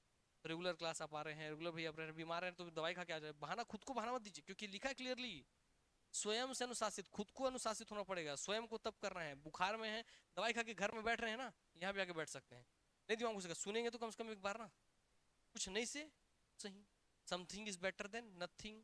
इसलिए आपको स्वयं से अनुशासित होना ही क्या है, तप है, कि आप कितने भैया अनुशासित तरीके से रेगुलर उस चीज को मेंटेन करें जिस चीज को भी आपने अपना लक्ष्य बनाया है। हो गई ये बात। अगला है स्वाध्याय। स्वाध्याय बहुत गहरी चीज है, जिसको हम सबके जानते तो हैं, ऋतिक रोशन की मूवी से, कि मैं ऐसा क्यों हूं, मैं वैसा क्यों, जानते ना इसको? सबके मन में रहता है, मैं क्या करूंगा, कैसे करूंगा, कब करूंगा, कब होगा सिलेक्शन, नहीं होगा सिलेक्शन, क्या करूंगा भविष्य, मेरे एग्जाम नहीं निकल रहे, सब आपको मतलब खुद को लेकर बहुत सारे प्रश्न होंगे। ये उस प्रश्न को दूर कीजिए ना, 50 प्रश्न उसको काट छाट करके जो 2 मेजर प्रश्न होंगे, एक मेजर प्रश्न होंगे, उस पर फोकस कीजिए ना। आपके जीवन में सब समस्या क्या है, मेरा उम्र बीतते जा रहा है, मेरी शादी नहीं हो रही, घर वाले सब डांट रहे हैं, मित्र का भरोसा उठ गया है, नौकरी नहीं निकल रहा है, पढ़ाई नहीं हो रहा है, ये सब जितने 50 क्वेश्चन आपको मिलेंगे अपने जुड़े हुए, और उन सब के मूल में एक ही प्रश्न होगा, सब खत्म कैसे हो जाएगा? हाँ, अगर मैं नौकरी मिलेगा सब खत्म हो जाएगा। नौकरी कैसे मिलेगा? पढ़ाई से मिलेगा, पढ़ाई करना, पढ़ाई किए, नौकरी मिला, नौकरी मिली तो शादी हुई, शादी हुई तो रोजगार हो गए, परिवार वालों का भरोसा आ गया, मित्र का भरोसा आ गया, तो हमेशा स्वयं के बारे में स्वयं से विचार कीजिए, खुद से खुद का अध्ययन कीजिए, खुद से खुद के जीवन पद्धति का अध्ययन कीजिए कि क्या यार भाई, मैं अपने आप को ऐसा लगता हूँ क्या कि छत्तीसगढ़ में इस समय जब सब बच्चे पढ़ रहे होंगे और मैं नहीं पढ़ रहा हूँ, तो क्या जिस समय मैं पढ़ के थक रहा हूँ, क्या कोई इस समय छत्तीसगढ़ में हो जो इस समय भी पढ़ रहा होगा? तो आप ऐसा क्वेश्चन पूछेंगे खुद से ना, स्वयं का अध्ययन करेंगे, तो आंसर आएगा हाँ, कोई तो है इस समय जो खुद से पढ़ रहा होगा। कोई तो है, मैं 4 घंटा पढ़ तो 6 घंटा पढ़ रहा होगा, 6 घंटा पढ़ तो 8 घंटा पढ़ रहा होगा। तो बस आप खुद से खुद को क्वेश्चन कीजिए ना, आपसे बड़ा आपका कोई जज नहीं है, आपसे बड़ा आपका कोई कानून नहीं है, आपसे बड़ा आपका भैया कोई वकील नहीं है। सब चीज पता है खुद के। आप खुद से बात नहीं करते, खुद को समय नहीं देते, यही सबसे बड़ी दिक्कत की बात से हमेशा अपने जीवन नहीं। एग्जाम में कितना काम करेगा वो मैटर नहीं है, आप इस सब पूरे जीवन को बदल सकते हैं। जो क्लासेस चल रही हैं 2 दिन, कल भी मैंने बोला था, आज भी ये बात बोल रहा हूँ, हमेशा इन चीजों को ध्यान रखिएगा। हमेशा खुद से बात करना सीखिए हर मुसीबत में। स्वाध्याय आत्मचिंतन करना ही है, तो उसका आगे आगे लिख लीजिए आत्मचिंतन। ये हो गई बातें। और अब यहाँ हम एक दार्शनिक पक्ष की ओर जाने वाले हैं। दार्शनिक पक्ष, ऐसा दार्शनिक पक्ष जो आपको जीवन में कभी दुखी नहीं होने देगा। आप एक अटेम्प्ट दिए, एग्जाम सिलेक्शन नहीं हुआ, आप डिप्रेशन में चले गए, तो डिप्रेशन में आप जो गए 6 महीने उसमें बिता दिए, 2 महीने बिता दिए, 1 महीने बिता दिए, 2 दिन बिता दिए, 1 दिन बिता दिए, 1 घंटे बिता दिए। तो 1 घंटा में कोई तो होगा जो पढ़ के यूटिलाइज कर लिया ना उसका 1 घंटे का, आप तो 1 घंटे पीछे हो गए। इसका मतलब डिप्रेशन में जाना मूर्खता है। डिप्रेशन में जाने का टाइम किसके पास है? उनके पास जिसको भैया सीरियस नहीं अपने जीवन को लेकर के। डिप्रेशन नहीं जाना, लक्ष्य नहीं मिला। इसका मतलब आप इस दर्शनात्मक पहलू को समझ लीजिएगा कि क्यों हमारी संस्कृति में ईश्वर भगवान को इंसानों ने बनाया। हाँ, भगवान ईश्वर को, ईश्वर ने भगवान को नहीं, ईश्वर ने इंसान को नहीं बनाया, मगर इंसानों ने ईश्वर को बनाया। ये कॉन्सेप्ट लाया, क्यों लाया? इस वजह बहुत बड़ा दर्शन था। उनको पता था कि भैया आदमी कुछ करना चाहेगा, जीवन में कुछ करेगा, गिरेगा फिर उठेगा। जब वो गिरेगा ना और जब वो उठेगा, दोनों समय आदमी को एक चीज ध्यान रखना चाहिए, गिरा तब भी ईश्वर के ऊपर छोड़ दो, खुद के ऊपर मत लो। जब खुद के ऊपर लो डिप्रेशन चल जाओगे, यार इतना मेहनत किया सिलेक्शन नहीं हुआ, भाई मेहनत किया सिलेक्शन हो गया तो घमंड में आ जाओगे, हाँ मैं पढ़ के निकाल दिया नहीं का बार में, जब घमंड में आ जाओगे। इसका मतलब आप गिरे तो भी भैया खुद के परेशान करेंगे, और आप उठेंगे तब भी खुद को परेशान कर देंगे। तो मतलब आप एक कॉन्सेप्ट यहाँ पे ले आते हैं मानव सभ्यता, वो है ईश्वर की। ठीक है, सब ईश्वर की मर्जी है, आज गिर गया ना कल सब बढ़िया हो, वो देख रहा है ना। अपना टेंशन उनके ऊपर छोड़ दो। एक काल्पनिक दुनिया, एक काल्पनिक इमेजिनी अल्टीमेट पावर जिसका पर छोड़ के, यार तेरे मर्जी सब चीज होता है भाई दुनिया में, कड़ कड़ में आप बसते हो। मैं पास हो तो आपकी मर्जी, फेल हो तो आपकी मर्जी, चलो ठीक है फेल कर दिए ना, चलो आगे बढ़ता हूँ, अगली बार देख लेना मेरे को, बस। ईश्वर प्राणिधन यही है बेटा। ईश्वर पे अपने सक्सेस का और फेलियर का सब चीज का जिम्मेदारी किस पे सौंप देना? ईश्वर के ऊपर। तो हम क्या करेंगे सर, ईश्वर सब कर लेगा, ईश्वर पढ़ा देगा? नहीं नहीं, कर्म तो आपको करते रहना है, फल के लिए आपको ईश्वर पे छोड़ना है। ये बात हमेशा रखिएगा, क्या कर्म आपको करना है, फल ईश्वर पे छोड़ना है। कर्मण्यवाधिकारस्ते माँ फलेषु कदाचन। कर्म करते रहिए, फल की इच्छा मत कीजिए, क्योंकि फल आपको भैया खट्टा मिला तो भी आप बोलेंगे अरे इतना मेहनत किया फेल हो गया, भी आप दुखी। कर्म की सक्सेस होगा तो भी बोलेंगे हाँ मैंने निकाल लिया, एक बार में अटेम्प्ट कर लिया, देखा घमंड, घमंड शुरू हो जाएंगे आप। तब आप जीवन बहुत सारे गलत डिसीजन ले लेंगे। और आप दोनों ही फल के लिए आप फेल हो तब बोलेंगे चल इस बार फेल हो गया ना, भगवान देख रहा है, मेहनत तो देख रहे हैं, मेरा मेहनत मेरे हाथ में है, मैं मेहनत करूंगा, जो फल मिलना है वो फल देंगे अपना, टेंशन खत्म। फेल हुए तो भी आपको सक्सेस मिल गया तो वे बोलेंगे सब ईश्वर की कृपा से हो भाई, मेरे कृपा से कुछ नहीं। तो आप हमेशा डाउन टू अर्थ रहेंगे, जुड़े हुए लोग रहेंगे। इसलिए आप कभी किसी विद्वान आदमी को देखिएगा, भारत के जितने सक्सेसफुल आदमी हैं आप उनको देखिएगा, कभी भी वो ईश्वर से कैसे जुड़े हुए हैं। किसी भी आदमी को उठा के देख लीजिए। अब मान लीजिए जब आप अपने शादी का कार्ड भेजे इतना लाखों लाख रुपए का, उसके अंदर कौन थे? पूरे ईश्वर जी थे ना, लक्ष्मी जी गणेश जी सब भगवानों को बना करके भेजे। ये कोई बात ना, हर पूजा पाठ में बहुत ध्यान से लगाते हैं, क्यों? इसीलिए इसी वजह पूरा दार्शनिक पहलू है, समझ जाएगा। वो जीवन डिप्रेशन में जा ही नहीं सकता, क्यों जान सब तुम कर रहे हो वही करो, मेरे हाथ में कर्म करना है, मैं कर्म करूंगा। यही है ईश्वर प्राणिधान। क्या है यही? ईश्वर प्राणिधान। तो ईश्वर के प्रति संपूर्ण पूर्ण समर्पण, पूर्ण श्रद्धा, सभी कर्मों का फल की अभिलाषा, कामना सब ईश्वर पे छोड़ देना। कर्म आपको करना है, फल ईश्वर पे छोड़ देना। तो सामने ऐसे लिख लीजिएगा, ईश्वर के प्रति पूर्ण संपूर्ण पूर्ण और समर्पण, पूर्ण श्रद्धा, और लिख लेंगे फल ईश्वर पर, फल को छोड़ देना। कोई बात ना, जब देखेंगे तो इस तरीके से हमारे भैया नियम के भी जो 5 पहलू थे वो हो जाते हैं कंप्लीट। अब छोटा छोटा है बस, ये 2 वाला हिस्सा था, बाकी कोई दिक्कत नहीं है। अष्टांग योग के बाकी 8 में से आ गया आसन, यम नियम आसन, प्राणायाम, प्रत्याहार, धारणा, ध्यान, समाधि। बस इस 2 में टाइम लगना था, दोनों ने डील कर लिए, दोनों को अच्छे समझ लिए। पहले वाले में क्या थी? यम में सामाजिक नैतिकता थी 5, नियम में क्या थी? व्यक्तिगत नैतिकता थी 5, कि व्यक्ति को कैसे होना चाहिए। अगर आप व्यक्ति हैं तो आपको ऐसे रहना पड़ेगा, तभी आप व्यक्ति कहलाने के लायक हैं, नहीं तो आप आज भी इंसान के रूप में जानवर ही हैं। आगे बात ना, क्योंकि आप इतने तार्किक होंगे व्यक्तिगत तौर पे, तब तो भाई आप इंसान कहलाएंगे ना। कि आपके सबसे बड़ा गिफ्ट क्या है इस दुनिया का? बुद्धि, ब्रेन, उस ब्रेन से आप ईश्वर की कल्पना कर ली, ईश्वर का निर्माण कर दिए, सब हमने बनाया। और ये बाकी उसके हिस्सों को मैं डील कर रहा हूँ, ध्यान से देखते चलेंगे। ठीक, तो कल वाले भी लिख लिए ना नियम के बारे में पांचों। Very good. अब देखिए यहाँ से नियम नंबर तीसरा हिस्सा है आसन। क्या है ये? आसन। आसन के सामने लिखेंगे बस, योगासनों द्वारा शारीरिक नियंत्रण। क्या है ये? योगासनों द्वारा शारीरिक नियंत्रण। क्या है ये? योगासनों द्वारा शारीरिक नियंत्रण। अब कभी गलती से अगर आप यूपीएससी वाले किसी के साथ मिल लो, बैठ लो, पढ़ लो, जान लो, सीख लो, तो आपको पता चलेगा कि मानव, हम वानर से मानव बनने के पीछे सबसे बड़ा कारण था हमारा शरीर। क्या था? शरीर। कैसे सर? शरीर तो सर वानर का भी था, इंसान का भी, हम इंसान में तो भी हमारा शरीर है। तो फिर हम वानर से इंसान बनने, उसके पीछे सबसे बड़ा कारण शरीर आप बोल रहे हो? हाँ मैं बोल रहा हूँ शरीर ही सबसे बड़ा कारण था। कैसे? तो आइए एक कहानी सुनाता हूँ, छोटा सुनिएगा। जब हम वानर होते थे, पेड़ों पे हम रहते थे, अंगूर फल तोड़ के खा लेते थे, वहीं बैठे रहते थे। जब हम इंसान, वानर से इंसान बनने के क्रम में आगे बढ़े, पेड़ों से हम नीचे उतरे, जमीन पर हम चलने लग गए, यही सबसे बड़ा साइंटिफिक हिस्सा आता है, जिसको यूपीएससी के लैंग्वेज में बोला जाता है बाइपेडलिज्म। क्या बोलते हैं? बाइपेडलिज्म। इसको लिखना नहीं है, आपको समझने के लिए। मतलब द्विपाद, पैडल मतलब पैर, द्वि मतलब दो, दो पैर का जो सिद्धांत है ना, बाइपेडलिज्म प्रिंसिपल, इसी ने आपको वानर से इंसान बनाया। कैसे समझिएगा, आप खुद बता देंगे, देखिएगा। आसान भाषा में इसको समझाऊंगा, नहीं तो यूपीएससी में हालत खराब हो जाएगा इसको समझने में आपको। बात देखिए, ये एक वानर है भैया, कोई बात, वानर है, जमीन पे ऐसे चल रहे हैं, है ना। और यही वानर जब आगे पेड़ पे रहता था तो ऐसे ही रहता था, बैठा हुआ है, मुड़ा हुआ है, तोड़ रहा, खा ले रहा, वही टेंशन खत्म। जब वानर जमीन पे उतरा तो उसको भाई ऐसे चार पैर पे चल रहा था, चार पैर से जब जमीन पे आप चलेंगे तो जमीन पे तो भाई नीचे पड़ा हुआ फल मिल नहीं रहा है आपको। आपको फल तोड़ने क्या करना पड़ेगा? ऐसे खड़ा होना पड़ेगा, दो चार से दो पैर में खड़ा होना पड़ेगा और ऐसे हाथ उठा करके तोड़ना पड़ेगा। यही सबसे बड़ा क्रांतिकारी परिवर्तन हो जो आपको वानर से इंसान बना दिया। क्या? जैसे ही ये वानर चार पैर के जगह पर दो पैरों पे खड़ा हो गया और हाथ उठा के फल तोड़ने लग गया, तो भैया इसकी रीढ़ की हड्डी सीधी हो, क्या सीधी हो गई? रीढ़ की हड्डी। अभी इस रीढ़ की हड्डी कैसी है? मुड़ी हुई है सर। आप खुद बता देंगे, एक पाइप जो कि ऐसा मुड़ा हुआ है और एक पाइप जो कि ऐसा सीधा है, दोनों में मैं पानी भेज रहा हूँ, किसमें पानी आराम से तेजी से स्मूथली फ्लो होगा, पाइप ए में या पाइप बी में? बताइए।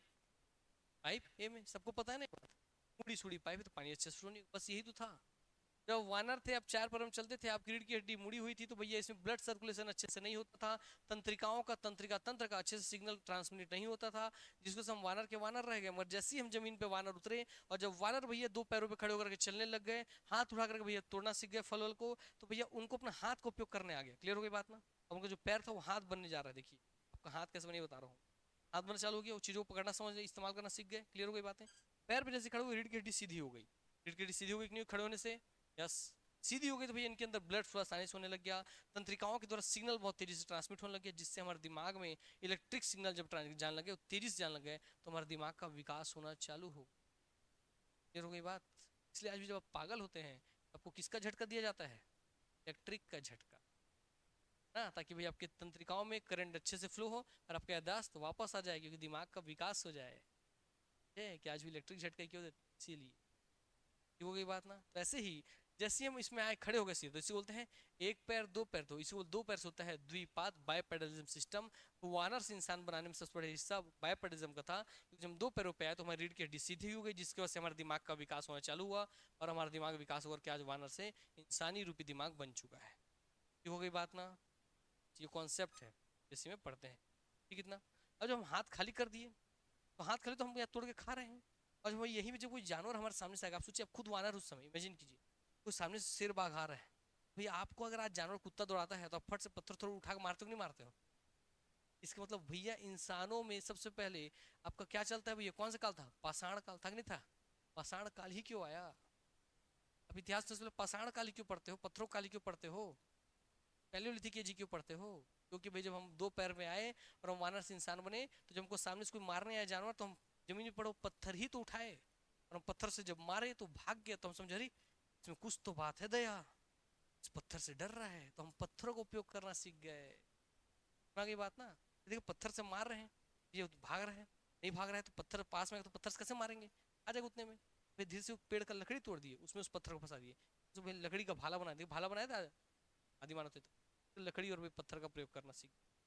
फिर कोई बात, किसी दिन किसी पत्थर की जानवर को मारे, पत्थर से पत्थर टकराए, आग लगी, जानवर डर के भागे, आग का उपयोग करना सीख गए। ऐसे ही नहीं हुआ है निर्माण, ऐसे हुआ है निर्माण। सबके पीछे कॉन्सेप्ट है कि आप वानर होते तो कैसे होता है, ऐसे ही आप सीखते हैं ना धीरे धीरे।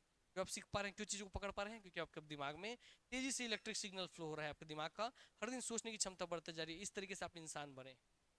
इसलिए भाई यहाँ पर बोल रहा है, आपको एक चीज तो अब समझ में आ गया कि रीढ़ की हड्डी सीधी होने का पूरा साइंटिफिक रीजन है, जो कि अब आज वानर से इंसान है, उसके पीछे सबसे बड़ा हिस्सा कौन है, रीढ़ की हड्डी सीधी हो। इसलिए आज क्या कहते हैं आपको भैया, क्या बोलते हैं लोग, सीधा बैठा कीजिए, तन के बैठा कीजिए, बोलते हैं कि नहीं बोलते हैं बड़े लोग, क्यों बोलते हैं, इसीलिए जब रीढ़ की हड्डी सीधी रहेगी, तनी हुई रहेगी, तो इलेक्ट्रिक सिग्नल आसानी से फ्लो का पाएंगे, ज्यादा एक्टिव, ज्यादा ग्रास्पिंग माइंड से बैठ करके अपना काम कर पाएंगे। इसलिए जब आप बैठ के पढ़ते हैं लाइब्रेरी वगैरह में, तो आप ज्यादा लंबे समय पढ़ पाते हैं। वहीं घर में लेट के पढ़ते हैं, सो के पढ़ते हैं, तो भाई आपका ज्यादा पढ़ाई नहीं होता, नींद आ जाता है जल्दी, होता है कि नहीं होता ये चीज, इसीलिए होता है। इसका मतलब आप इस चीज को तो समझ गए कि सर अगर आपको अपने दिमाग का विकास करना है, पढ़ाई का विकास करना है, लक्ष्य प्राप्ति करना है, नौकरी अगर पाना है, तो आपको अपने शरीर पर नियंत्रण करना होगा। शरीर पर नियंत्रण करने के लिए ही योगा का तीसरा हिस्सा आता है आसन। क्या आता है, आसन। यस, हर एक चीज अष्टांग योग में बहुत सोच समझ के डाला गया है। आसन योगासनों द्वारा शारीरिक नियंत्रण, लिख लीजिए उसके बगल में, योग के आसनों द्वारा अपने शरीर पर नियंत्रण स्थापित करना, जितने भी शरीर में गलत सिस्टम है, पोस्चर है, सबको सुधार करना। इसे कोई ऋषि महात्मा आपको ऐसे बैठा हुआ दिखता है कि सीधा तन के बैठा हुआ दिखता है, कैसे दिखता है बैठा हुआ, तना हुआ ना। शिव जी आपको भी अपने बैठ रहते हैं समाधि में, ऐसे बैठ रहते हैं शिव जी, सीधा बैठ रहते हैं कि ऐसे बैठ रहते हैं, सीधे। किसी भी ईश्वर को आप लीजिए, किसी भी ईश्वर का छवि ऐसे दिखाया है क्या, रिजिड है बैठा हुआ, नहीं। किसी भी योगी ऋषि को देखे आज तक, महात्मा बुद्ध की मूर्ति उर्ति देखे, देखे किसी को बैठा हुआ टेढ़ा मेढ़ा, नहीं। तो आपको भैया हर एक का, हमारी संस्कृति बहुत साइंटिफिक है, हर एक चीज साइंटिफिक तरीके से आपको सिखाना चाहती थी। अगर आप मूर्ति को ध्यान से तो सब सीख जाएंगे उसके बारे में कि क्या करना है हमको देख के। भाई हम ही मूर्ख हैं, हमसे हमारी सभ्यता संस्कृति छीन ली गई अंग्रेजों द्वारा, बाहरी आक्रमणों द्वारा। क्लियर हो गई बात ना। तो आसन में योगासनों द्वारा शारीरिक नियंत्रण आपको करना है। जब आप अपने शरीर पे आप नियंत्रण स्थापित कर लेंगे, तो आप आसन में बैठे बैठे बैठे आप भी अच्छे से बैठने का, एक अच्छे पोस्चर में रीढ़ की हड्डी सीधे रख के आप लंबे समय तक बैठने का अगर आपको अभ्यास हो गया, तो आप जब पढ़ने बैठेंगे रीढ़ की हड्डी सीधे रख के, तो आपका रीढ़ की हड्डी सीधा है, इलेक्ट्रिक सिग्नल ज्यादा फ्लो होगा, दिमाग ज्यादा एक्टिव रहेगा, ज्यादा से ज्यादा चीजों को जो पढ़ रहा है उसको ज्यादा से ज्यादा अपने सब कॉन्शियस माइंड में स्टोर कर पाएगा। और जो सब कॉन्शियस माइंड में स्टोर होगा वही एग्जाम के दिन याद आएगा, बाकी सब भूला भूला हो जाएगा। आगे बात ना। इसलिए मतलब आप पढ़ रहे हैं तो अब एग्जाम अच्छा परफॉर्म करेंगे, खराब परफॉर्म, ये डिपेंड करता है कि आपको पढ़ने का पोस्चर कैसा है। जब आप पढ़ रहे हैं तो पढ़ कैसे रहे हैं, ये कोई बात ना, आपको बॉडी का पोस्चर कैसा है, सब आपको भी व्यक्तिगत जीवन में सुधार करने के लिए एक चीज पढ़ा रहा हूँ मैं, ध्यान सुनिए, इसको जीवन में सुधार कीजिएगा। ये कोई बात है। चलिए हो गया वो भी भैया। अगला है प्राणायाम। क्या अगला, प्राणायाम। अब शरीर से हम सर शरीर को अच्छे पोस्चर में रख के हम बैठने का प्रयास कर लिए, ये सर सही पोस्चर है, हम रीढ़ की हड्डी सीधे रख करके बैठ रहे हैं, ये हो गई बात। अगला हिस्सा है जब शरीर सीधा रख के बैठ गए, अगला आपको भैया किस चीज पे बहुत ज्यादा गहराई से ध्यान देना चाहिए, वो है प्राण वायु पर। किस पे ध्यान देना चाहिए, प्राण वायु। आप किस पे, आपकी प्राण किस पे टिकी हुई है, वायु पर जो आप ले रहे हैं, है कि नहीं है, किस पे टिकी हुई है, वायु पर। इसका मतलब प्राणायाम कुछ और नहीं, प्राणाधन आयाम, मतलब प्राण का आयाम, प्राण का विस्तार। बहुत ध्यान समझिएगा, प्राणायाम शब्द का मतलब है प्राण का विस्तार, प्राण का आयाम, प्राण का प्रसार, प्राण का फैलाव। सर यहाँ प्राण क्या है, प्राण का अर्थ है वायु, क्या, वायु। अब बोलिए, वायु का प्रसार, वायु का फैलाव, वायु का बिखरना, वायु का फैलना, वायु का भैया जहां जहां विस्तार हो रहा है, प्रसार हो रहा है। क्लियर हो गई बात। ये वायु है क्या, इसी चीज पे तो ध्यान देना है। फिर जैसे आप प्राणायाम कर लेंगे, तब प्रत्याहार के बाद आपको धारणा ध्यान आएगा, तो वही स्टेज पे जा पाएंगे। इसका मतलब आप जो वायु अपने नाक से अपने शरीर के अंदर ग्रहण कर रहे हैं मेरे मित्र, वायु पे बहुत गहराई से ध्यान दीजिए। क्या वो वायु आपके शरीर के अंदर अच्छे से प्रसार हो रही है, प्राण मने वायु, और आयाम मतलब प्रसार या फैलाव, वायु अच्छे से प्रसारित हो रही है, अच्छे से फैल रही है क्या, आपके शरीर को जितनी ऑक्सीजन चाहिए आप उतनी भरपूर मात्रा में अच्छे से ऑक्सीजन ले रहे हैं क्या, आप लंबी गहरी सांस लेते हैं और लंबी गहरी सांस छोड़ते हैं। हम तो सर इस भाग दौड़ की दुनिया में नॉर्मल सांस लेते हैं, नॉर्मल छोड़ते हैं। और योगा में आप क्या बोलते हैं, जब भी आप टेंशन में, तो क्या बोलते हैं, टेंशन में डिप्रेशन में डॉक्टर क्या बोलता है, लंबी सांस लीजिए, गहरी सांस लीजिए, बोलता है कि नहीं बोलता है। मजाक नहीं, आपको हर दिन वैसे ही सांस चाहिए, और धीरे और शांत। अगर आप तेजी सांस ले रहे हैं, तेजी के सांस के कारण ही कलयुग में बढ़ता है ब्लड प्रेशर, बीपी का पेशेंट बन जाते हैं। और वहीं बहुत गहरी बता रहा हूँ, अब जितनी तेजी से सांस लेंगे उतना जल्दी नहीं पड़ जाएंगे। जितनी तेजी सांस ले उतना तेजी से भैया दिल पंप हो रहा है, तेजी से पंप होगा दिल उतना तेजी आप मरेंगे। और जितना धीरे धीरे आप सांस ले रहे हैं उतना धीरे धीरे दिल धड़क रहा है, उतनी लंबी समय आप जिएंगे। कैसे सर? कछुआ, कछुआ धीरे धीरे दिल धड़कता है, धीरे धीरे। कछुआ स्लो है, चलता है, इसलिए कछुआ कितना चलता है, 400-400 साल। वहीं एक कुत्ता होता है, तेजी सांस लेता है, तेजी सांस लेता है, तेजी दिल धड़क रहा है, तुरंत क्या हो जाता है, 10 साल 5 साल मर जाता है। इसका मतलब अगर आप इंसान और आपको अगर जिंदा रहना है लंबे समय तक, आज से अपने शरीर में जाने वाली वायु पर अपना नियंत्रण स्थापित करना चालू कर दीजिए। आराम से सांस लीजिए, प्रेशर डाला, ऐसा नहीं करना है, बस जब भी सांस ले नॉर्मल रिलैक्स एकदम आराम से सांस लीजिए, आराम से सांस छोड़िए।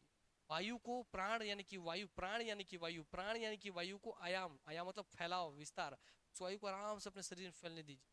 वायु को भाई यहाँ तक पहुंचना था, यहाँ तक पहुंचा, फिर खींच के छोड़ दिए, क्या मतलब है ना। भरपूर ऑक्सीजन जितना आपका क्षमता है फेफड़े का, तो भरपूर ऑक्सीजन लीजिए।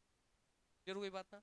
प्राणायाम कुछ और नहीं, प्राणायाम प्राण का आयाम, आयाम मतलब होता है विस्तार या फैलाव, प्राण का आयाम प्राण का विस्तार, प्राण का फैलाव, प्राण मतलब वायु, तो वायु का फैलाव, वायु का विस्तार। तो श्वास लेने संबंधी खास तकनीकों द्वारा प्राण पर यानी कि वायु पर नियंत्रण स्थापित करना, तो लिख लीजिए इसको भैया। क्लियर हो गई इतनी बात। अगला हिस्सा आते हैं प्राणायाम के बाद प्रत्याहार। क्या अगला? प्रत्याहार। और जब अपने आप शरीर पर नियंत्रण कर लिए, ऊपर वाले हैं यहाँ पे आसन में, अपने वायु पे नियंत्रण कर लिए जो आपके अंदर जा रहे हैं, है ना, तो भैया अब सब चीज आप हो गए, अपने शरीर को आप भैया स्टेबल रखना आप सीख गए। अब शरीर को आप स्टेबल रखना सीख गए हैं, उसके बाद अगला हिस्सा आएगा जो आपको परेशान करेगा। क्या है? तो बहुत देर तक बैठ के पढ़ते रहते हैं, फिर अचानक से कभी आपका लाइट गोल हो जाता है, आप बोलते हैं यार गर्मी लग रहा है, पसीना पसीना हो गया हूँ, अब नहीं होगा पढ़ाई, करते हैं कि नहीं करते हम लोग, है ना। गर्मी लग रहा है आपको, ठंडी लग रहा है आपको, भूख लग रहा है आपको, प्यास लग रहा है आपको, क्लियर हो गई बात ना। ये सब क्या है? इंद्रियां ही तो है। क्या है ये सब? इंद्रियां जो आपको प्यास, स्वाद, ताप वगैरह सबका एहसास करा रही हैं, गड़न, चुभन, चोट, दर्द सबका एहसास करा रही हैं। इंद्रियाओं पे अब आपको नियंत्रण करना है, ताकि जब आप भाई पढ़ने बैठ रहे हैं, कोई स्टूडेंट इसलिए पढ़ने के नाते समझा रहा हूँ, आप कुछ भी कार्य करने बैठ रहे हैं, तो उस समय आपकी इंद्रियां आपके नियंत्रण में हो, आप इंद्रियों के नियंत्रण में नहीं। बहुत गहरा चीज है ये। अगर आप अपनी इंद्रियों के नियंत्रण में, अरे यार गर्मी लग रहा है, छोड़ छोड़ बंद कर, कल कल पढ़ लेंगे, फेल। उस समय कोई तो गर्मी में रह करके, कोई बिना प्रकाश के रह करके भी उस समय पढ़ रहा होगा। तो मतलब आपको आपकी जो इंद्रियां हैं वो आपको नियंत्रण नहीं करनी चाहिए, आपको अपनी इंद्रियों को नियंत्रण करना चाहिए, क्योंकि आप है तो इंद्रियां हैं। इंद्रियों को होने से आप नहीं है, आपके होने से वो इंद्रियां हैं, इसलिए वो इंद्रियां आपके अंदर हैं। तो आप अपनी इंद्रियों पर नियंत्रण रखिए। अरे छोड़ गर्मी लग रहा है ना, जितनी देर बैठना बैठूंगा, बात कीजिए खुद से, बहुत जरूरी है। ठंडी लग रहा है, हाँ लगने दे, पढ़ूंगा, नहीं मरूंगा मैं, इतना भी ठंडी नहीं है भारत में। सुन रहा है बात? इसको अपनी इंद्रियों पे नियंत्रण कीजिए। इसलिए आप देखते हैं कोई योगी ऋषि महात्मा भी पहले तो बैठ जाता है, कई कई घंटों बैठ रहता है, कई कई दिन बैठ रहता है, भूखे प्यासे सब बैठ रहता है, बैठ रहे क्यों? उसको भूख क्यों नहीं लगता? हम एक दिन खाते हैं, कल फिर भूख लग जाता है, शाम को फिर क्यों? क्योंकि हम भाई दौड़ रहे हैं, कूद रहे हैं, फांद रहे हैं, इतना टेंशन भरा जीवन है, इसलिए हमको जल्दी जल्दी ऊर्जा खपत होती है, इतना बात मैं कर रहा हूँ इसलिए जल्दी जल्दी ऊर्जा खपत हो रही है, इसलिए जल्दी मेरा भूख लग जाता है। वही योगी ऋषि महात्मा किसी से ना बोल रहा है, ना बात कर रहा है, ना सोच रहा है, ना चल रहा है, ना फिर रहा है, कुछ करना ही नहीं है, बैठा है और धीरे धीरे सांस ले, तो जब भी धीरे धीरे खत्म हो रहा है। कोई बहुत दिन तक वो भूखे रह जाते हैं, उपवास रह जाते हैं, फिर कोई बात ना। दूसरे से जब वो बैठ कर ध्यान कर रहे हुए हैं, तो हिमालय की पर्वत में भी ठंडी में ध्यान कर रहे हैं, फिर उनको ठंड नहीं लग रही है, क्यों? ये कंट्रोल में उनकी इंद्रियां, लेकिन नहीं सुना रहा बात है, धीरे धीरे प्रयास से सब सिद्ध होता है। फिर कोई बात, इसलिए भैया बोल रहा है प्रत्याहार भाई, इंद्रियों को अंतर्मुखी करना। क्या करना? इंद्रियों को अंतर्मुखी, अंतर्मुखी मतलब है बहिर्मुखी है, तो बाहर की चीजों से आपकी इंद्रिय प्रभावित होंगी। बाहर कितना तापमान है, बाहर कितना ठंडी है, बाहर कितना गर्मी है, बाहर कितना चुभन है, गड़न है, जो भी है, ये वही बात ना। अरे जमीन खुरदुरा है, चल नहीं पाऊंगा, बैठ नहीं पाऊंगा, सब बाहर की चीजें नहीं। ये बाहरी इंद्रियों को नहीं, अंतर्मुखी इंद्रियों को कंट्रोल में लाइए। आपके अंदर है वो दर्द, चुभन, ठंडी, गर्मी, तो आप जब बोलेंगे ठंडी लगना है तो लगे, आप बोले गर्मी लगना तो लगे, ना की बात ना। तो इंद्रियों इंद्रियों पर नियंत्रण, या इंद्रियों को अंतर्मुखी करना है, क्या इसको लिख लेंगे, इंद्रियों पे नियंत्रण, है ना। और ध्यान से प्रत्याहार का मतलब क्या? तो इंद्रियों पे नियंत्रण, क्या है ये? इंद्रियों पे नियंत्रण। अगला है धारणा। अब धारणा, ध्यान, समाधि को तीनों एक ही चीज के पहलू हैं, मैं एक साथ समझाऊंगा, ध्यान समझिएगा। अब सर आपका ठीक हो गया, आप बाहरी, आप शरीर का पोस्चर ठीक कर लिए, आप अपने सांस पे कंट्रोल कर लिए हैं, आप ऊर्जा आराम से खपत कर रहे हैं, कोई आपका ऊर्जा खपत नहीं हो रहा है, ऊर्जा आपका खत्म नहीं हो रहा है, आप लंबे समय तक बैठ सकते हैं, आपको ठंडी गर्मी का भी एहसास नहीं हो रहा है। अब क्या होगा? आपका शरीर यहाँ पर स्थिर हो चुका है, शारीरिक तौर पर, बाहरी दुनिया के तौर पर आपके शरीर में कोई प्रभाव नहीं पड़ा। जो क्या बोलते हैं बहिरंग साधन बोलते हैं, बाहरी दुनिया से कट जाएंगे आप, कट गए ना। अब आएगा अंतरंग साधन। क्या? अंतरंग साधन, धारणा ध्यान समाधि। अब धारणा क्या है, ध्यान क्या, समाधि क्या है? तो अब शरीर आपको प्रभावित होना बंद हो गया। तो अब जब बैठे ध्यान कर, शरीर बंद हुआ है ना भटकना, मन और मस्तिष्क थोड़ी। अब द्वंद चलेगा आपके अंदर। अब आप तो स्थिर बैठे हैं मगर आपका दिमाग दौड़ रहा है। अरे यार अगर फोन आ गई सोई कहा यार, अरे यार भात चूरे है यार, खा लेना है यार, इसने करके तो जो भी ख्यालात आ रहे हैं, आपका दिमाग क्या, शरीर तो स्थिर हो गया मगर दिमाग दौड़ रहा है इधर उधर इधर उधर इधर उधर। सुना रहे बात ना? इसका मतलब धारणा यही है कि जो 50 ख्याल आ रहे हैं दिमाग में, उसमें से किसी एक पर फोकस करना पहले तो। क्लियर हो गई बात ना? और बाकी 50 आ रहे हैं तो 49 को हटा देना। क्लियर हो गई बात? तो धारणा क्या है, एक्स्ट्रा जितने भी मन में थॉट्स चल रहे हैं उन सबका विनाश कर देना, किसी एक पर फोकस। ठीक हो गई बात? तो जब सबका विनाश कर दिए, ये था धारणा, क्योंकि आपने किसी उन सब को हटा के किसी एक विचार को धारण कर लिया है। क्लियर हो गई बात ना? अब ध्यान क्या है, जब उसको धारण कर लिए, पकड़ लिया मैं इस बोतल को, 50 चीज थे यहाँ पर, इसमें से एक बोतल को पकड़ लिया, तो अब केवल इस पे ध्यान लगाओ। अब भाई आप पूछ रहे हैं कुछ भी, अपने आप में पूछ रहे हैं मेरा सिलेक्शन क्यों नहीं हो रहा है, क्या क्या कमी, जो भी आप ईश्वर से आप बात कर रहे हैं, ईश्वर क्या है, मैं क्यों हूँ, कैसा हूँ, आप जो भी पूछ रहे हैं, आपके मन में जो भी चल रहा है, आप केवल इसी में जुड़े हुए हैं, आपको मतलब किसी से नहीं। जब तक आप भाई इससे पूछ रहे हैं, आपको एहसास है कि मैं इनसे क्वेश्चन पूछ रहा हूँ, वो ध्यान समझिएगा, मैं इनसे क्वेश्चन पूछ रहा हूँ, सब है ख्यालात में तोड़ दिया हूँ ना, आप ध्यान पे आ गया हूँ, मैं इनसे क्वेश्चन पूछ रहा हूँ, जब तक आपको एहसास है किसी एक चीज पे आपका ध्यान केंद्रित है और आप उसी चीज से भैया अपना पूरा क्वेश्चन अगर पूछ रहे हैं, आपको एहसास है कि मैं क्वेश्चन पूछ रहा हूँ इससे, जब तक आपको एहसास है कि आप हैं और ये है और आप इससे क्वेश्चन पूछे, तब तक तो ध्यान है। और जब आप खुद को भूल जाएं कि मैं कुछ था ही, मैं तो इसी में ही समाहित हूं, मतलब आपको होश ही ना रहे कि आप कितने घंटे से ध्यान में बैठे हुए हैं, आप इंसान हैं, आप जीवन है, आप भूखे हैं, आप क्या है, कुछ ध्यान ना रहे, आप जो ईश्वर को ध्यान किए तो आप ईश्वर में ही विलीन हो गए, आपको अपने शरीर के होने का एहसास ही नहीं है। यही है बेटा समाधि। क्या है यही? इसलिए समाधि को हमारे संस्कृति में बहुत लोग गलत बोलते हैं, समाधि मतलब मर जाना समझते हैं हम लोग, कि वो महात्मा थे समाधि ले ली, तो हमको क्या लगता है समाधि लेना मतलब मर गए, नहीं। भैया जो आदमी को अपने भूख का एहसास नहीं है, प्यास का एहसास नहीं है, सांस का एहसास नहीं है, बैठा है कितने दिन बैठा है, कितने दिन भूखे बैठा, कुछ एहसास नहीं है, तो ऐसा आदमी जो हिल नहीं रहा है, डुल नहीं रहा है, ऐसा आदमी को मरा हुआ ही बोलेंगे ना आप। इसलिए हम बोलते हैं कि हमको लगता है कि समाधि में तो मरना है। नहीं, समाधि मतलब खुद के होने का एहसास खत्म हो जाता है, आप जिस चीज के बारे में खोज सोच रहे थे उसी में ही डूब गए हैं। इसलिए कई कई ऋषि महात्मा जब बैठते हैं ध्यान की मुद्रा में, तो उठते हैं भाई 1 महीने बाद, 7 दिन बाद, 8 दिन, उनको लगता है 1 घंटा तो बैठा था, तो एहसास ही नहीं था समय कितने तेजी से बीत गया, एहसास ही नहीं। ये है समाधि, जब आप खुद के होने का एहसास खत्म हो जाए, के होने का एहसास खत्म हो जाए। क्लियर हो गई बात ना? ये था बेटा अष्टांग योग, ये था आपका धारणा, एकाग्रचित होना, लिख लेंगे अभी सबको। धारणा में एकाग्रचित होना, किसी एक चीज पे एकाग्र होना, किसी एक बिंदु पे ध्यान लगाना, ध्यान मतलब निरंतर उसी पे ध्यान रखना, उससे भाई अपना बनाए रखना। लास्ट समाधि, आत्मा से जुड़ना, शरीर का एहसास खत्म हो जाना। क्लियर हो गई बात ना? शब्दों से परे परम चैतन्य की अवस्था को प्राप्त करना। कोई बात ना? जो बताया मैंने उसको अब शब्द में बयां नहीं कर सकते कि आप उस समय कैसा फील। तो आपके सिलेबस में जो भी क्लियरली लिखा है योगा, तो योगा से होगा, जो क्लियरली लिखा था योगा, उसी योगा वाले हिस्से पर सिलेबस में स्पेशली मेंशन था अष्टांग योग। क्या मेंशन था स्पेशली? अष्टांग योग। क्या था बोलिए मेंशन स्पेशली? अष्टांग योग।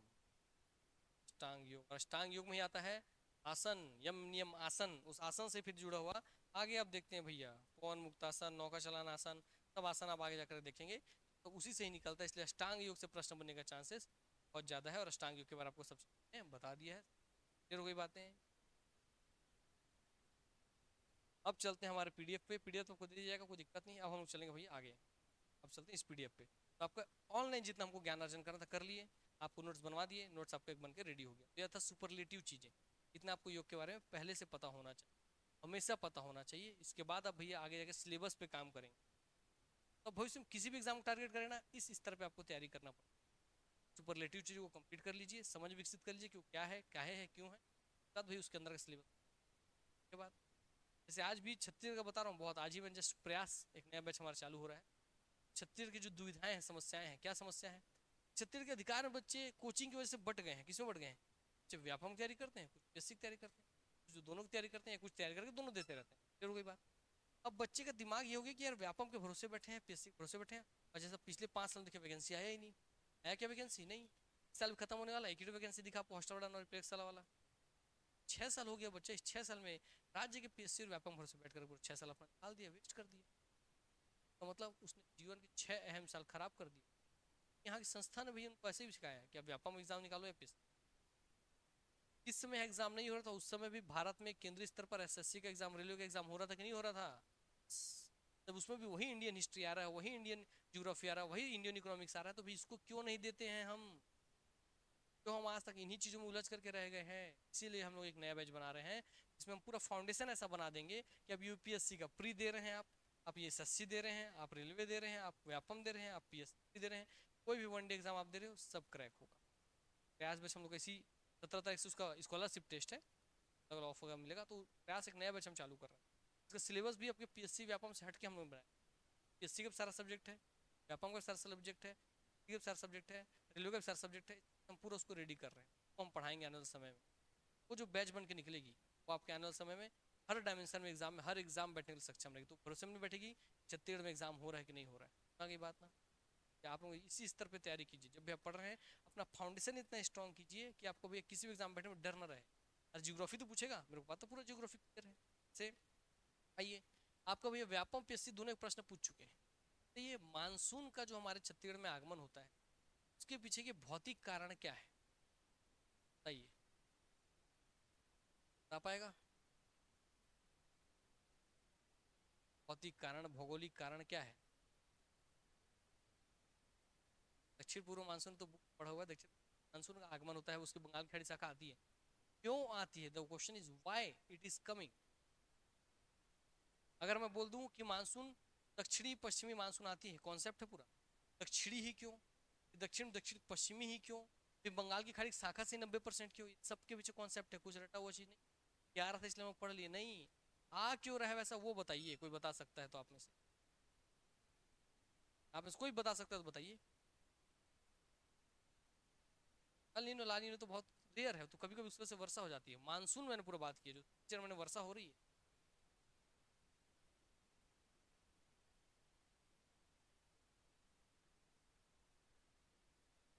दाब ताप पता है, आप पता तो है कि भैया कि ये कारण है इसके पीछे, और उसको एक्सप्लेन नहीं कर पा रहे। दाब क्या, दाब अधिक होना चाहिए, हाँ, हाई टेम्परेचर, वो भी ठीक है। ये इसके पीछे पूरा कॉन्सेप्ट है टेम्परेचर एंड प्रेशर का। आगे बात, जब जमीन जो है वो जल की तुलना में जल्दी गर्म होता है, और बात कर लेंगे। तो मेरा कहना मतलब इसी लेवल पे आपको तैयार करना होगा। दक्षिणी पश्चिमी मानसून दक्षिणी ही क्यों है, उसमें पश्चिमी ही क्यों है, फिर 90% बंगाल खाड़ी से क्यों, और सबके पीछे कॉन्सेप्ट है। सुबह अपने छत्तीसगढ़ के क्लास में बच्चों को पढ़ा रहे, इसलिए बता दी देखिए, लो प्रेशर से हाई प्रेशर वाला कॉन्सेप्ट सुबह हम उसी तरीके से तैयार कर रहे हैं। इसका मतलब मैं आप सबको ये चेताना चाह रहा हूँ, आप अगर भैया उस लेवल पर नहीं तैयारी किए थे पहले और अब नहीं करके छोड़ दिए, अब आप नहीं कर रहे हैं, आने वाली जो पीढ़ी आएगी आपकी वो इतनी एडवांस आएगी कि आप सबको खा जाएगी। भले आप सीनियर, याद रखिए, बहुत एडवांस तरीके से पढ़ाया जा रहा है, हर संस्था में पढ़ाया जा रहा है। उस पर हमने एक और नया मुहिम डाला कि हम भैया उनको स्टेट लेवल के साथ सेंट्रल लेवल की भी तैयारी करवा रहे हैं। अब ये बात ध्यान रखिए, क्योंकि अब बात सब चलने लग गया है, जब यूपीएससी के लेवल पर बोल रहे हैं जीपीएससी को यूपीएससी की तर्ज पर कराया जाएगा, सीजीपीएससी का लेवल बढ़ेगा तो व्यापम का लेवल भी बढ़ेगा। आगे बात है ना। आप देखेंगे प्रयोगशाला का पेपर हुआ, कौन देखा उसका प्रश्न, आप में से आगे देखिए, आँख से खून निकलने लगेगा। ये क्या क्या पूछ रहे हैं, शब्द ही समझ नहीं आएंगे आप सब। आप पढ़ें वही नॉर्मल नॉर्मल साइंस विज्ञान, इस लेवल पे काम नहीं चलेगा दोस्त। एकदम वास्तविकता से आप परिचित हुई। इस वहम की दुनिया में वो 4-5 अपने सर्कल की दुनिया मत रही कि इसमें मेरा इससे ज़्यादा नंबर आता है, उससे कम नंबर आता है। ठीक है, सिलेक्शन लेना है, नौकरी लेना है। वास्तविक दुनिया बहुत खतरनाक है और बहुत खतरनाक। याद रखिएगा, पेपर कभी टफ नहीं होता, टफ होते हैं आपके कॉम में बैठ। या पेपर में भैया क्या मैटर करता है, 100 क्वेश्चन आसान आसान आ गया, आप 100 में 80 बनाए हैं, आप 100 में 90 बना दिए, अरे आप 100 में 99 बना दिए, आपको प्रतियोगी 100 में 100 बना दिए, सिलेक्शन किसका होगा, 100 में 100 वाले का। अब 99 बना के भी क्या है, फेल। मैटर वो नहीं करता, मैटर करता है कि एग्जाम कभी टफ नहीं होता, टफ होता है आपका कॉम्पिटिटर। तो कौन से कॉम्पिटिटर से बेस्ट कैसे बनना है, इस पे आपको रणनीति क्लियर होना चाहिए। सर मैं शुरू में एक जलवा बताया ना आपको भैया, पहले जो टॉपिक आगे है ऐड में होकर के पता कि कहाँ से लिया गया है। हाँ भाई, गवर्नमेंट के इस डीएड के सिलेबस से लिया गया है, डीएड में फर्स्ट ईयर सेकंड ईयर में दिया गया है, इस तरीके से आपको क्लियर होना चाहिए। तो सटीक रणनीति बन जाएगी, सटीक मटेरियल बन जाएगी। उसको पढ़ना कैसे है, की पॉइंट नोट्स में व्यापम है तो की पॉइंट नोट्स पे Vyapam is the exam of fact, है ना। व्यापम केवल फैक्ट का भी एग्जाम है आपका, कंप्लीटली रूप से। किसी के पास 5,000 फैक्ट है, किसी के पास 500 फैक्ट है, कौन जीतेगा? 5,000 वाला। मतलब व्यापम में आप और ये एक बार पढ़िए, अच्छे से पढ़िए, स्ट्रॉन्ग कर लीजिए कॉन्सेप्ट। उसके बाद केवल ऑब्जेक्टिव पुस्तक पढ़िए, व्यापम निकालना है तो जितना ऑब्जेक्टिव आप लगा सकते हैं। अगर आप कहीं भी थ्योरी पर ऑब्जेक्टिव नहीं सॉल्व कर रहे हैं टॉपिक अनुसार, व्यापम केवल ऑब्जेक्टिव अप्रोच में, कॉन्सेप्ट क्लियर होने के बाद ना, मगर ध्यान रखिए पीएससी में आप मेंस लिख देते तो चल जाएगा, 70% की 80% लिख दिए, लगभग 70 से 80% ये चीज़ होता है, काम चल जाएगा। ये व्यापम में वनडे एग्जाम में चुनना है ना, प्री का वनडे में वो चुनना है, एसएससी रेलवे सब में ही चुनना है। पहले तो आप स्टेट डबल सेट के सेंट्रल लेवल के एग्जाम की ओर झांकना चालू कीजिए, तो स्टेट की वैकेंसी पढ़ करके मर मर के मत पढ़ते रहिए, एग्जाम निकालने के लिए आप पढ़ाई चालू कर दीजिए। फिर कोई बात, वहाँ भी इंडियन, यहाँ इंडियन ज्योग्राफी पढ़ रहे हैं, वहाँ भी इंडियन ज्योग्राफी, यहाँ इंडियन हिस्ट्री, वहाँ भी इंडियन हिस्ट्री, यहाँ इंडियन इकोनॉमिक्स, वहाँ भी इंडियन इकोनॉमिक्स, यहाँ हिंदी, वहाँ भी हिंदी, यहाँ गणित, वहाँ भी गणित, यहाँ रीजनिंग, वहाँ भी रीजनिंग, सब तो वही है। 20 से 30% का सिलेबस अलग दिखेगा, बाकी पूरा सेम होता है। तो हम ऐसे अप्रोच पे नहीं चल रहे, क्यों? छत्तीसगढ़ के उसी अप्रोच पे चल रहे हैं, वहाँ तक सब बच्चे चलते हैं, आपको इस पर नहीं। इन्हीं सभी चीज़ों को लेकर के हम नया बैच चालू करें, प्रयास फाउंडेशन। अगर आपके परिचय में कोई हो जरूर सलाह दीजिएगा, ये नहीं कि यहाँ के प्रयास ज्वाइन कर लें पढ़ें, नहीं, जहाँ भी पढ़ना जो पढ़ना ऐसे पढ़ना चालू करें, यहाँ पढ़ना है तब तो वेलकम ही है, क्लियर हो गई बात ना, ध्यान रखने सब। आओ देखिए आगे भी आपका अष्टांग योग वाला हिस्सा आ गया, यम नियम आसन प्राणायाम प्रत्याहार धारणा ध्यान समाधि हम आपको पढ़ा दिए हैं, वही चीज़ यहाँ लिखा हुआ है, प्राणाधान आयाम लिखा हुआ है, प्राणवायु को संतुलित करना, ये सब दिया है, और ये सब आपको ऑप्शन बन के भी आएगा। प्राणायाम से तात्पर्य है ऑप्शन ए, प्राणवायु को संतुलित रूप से लेना, नियमित रूप से गहरी और लंबी सांस लेना, प्राण पर सदैव ध्यान रखना, ऐसी 4 ऑप्शन गया। चौथा ऑप्शन आएगा उपरोक्त सभी। आ गया बात, यहीं से बनता है क्वेश्चन आपका एग्जाम में, एग्जैक्ट इसी 3 को लेगा, चौथा जोड़ देगा उपयोग सभी, बन गया खत्म। आ गई बात ना, ध्यान रखेंगे।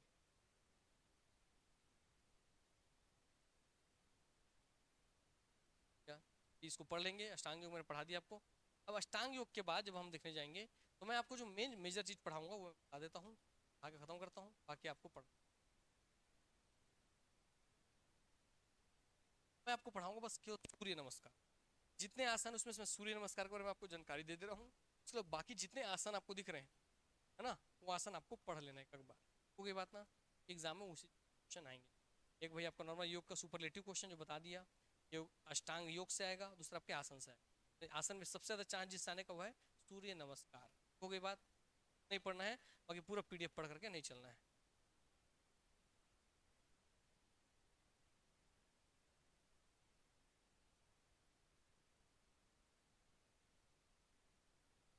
तो वैसे ही पूछे ना क्वेश्चन, कौन मुक्तासन को पूछ लेगा यहाँ से एक लाइन है ना, दूसरा आपसे पूछ लेगा भाई कि कौन सा वो आसन है जिसमें खाने के पश्चात आप बैठ सकते हैं, कौन सा आसन बताइए, सब जान रहे होंगे बच्चे वाला प्रश्न है, कौन सा आसन है? वज्रासन में खाने के बाद कौन से आसन में बैठा जाना चाहिए? वज्रासन में बैठा जाना। फिर हो गई बात ना। सूर्य नमस्कार में कितने आसन होते हैं? 12 आसन। सूर्य नमस्कार में कितने मंत्र होते हैं?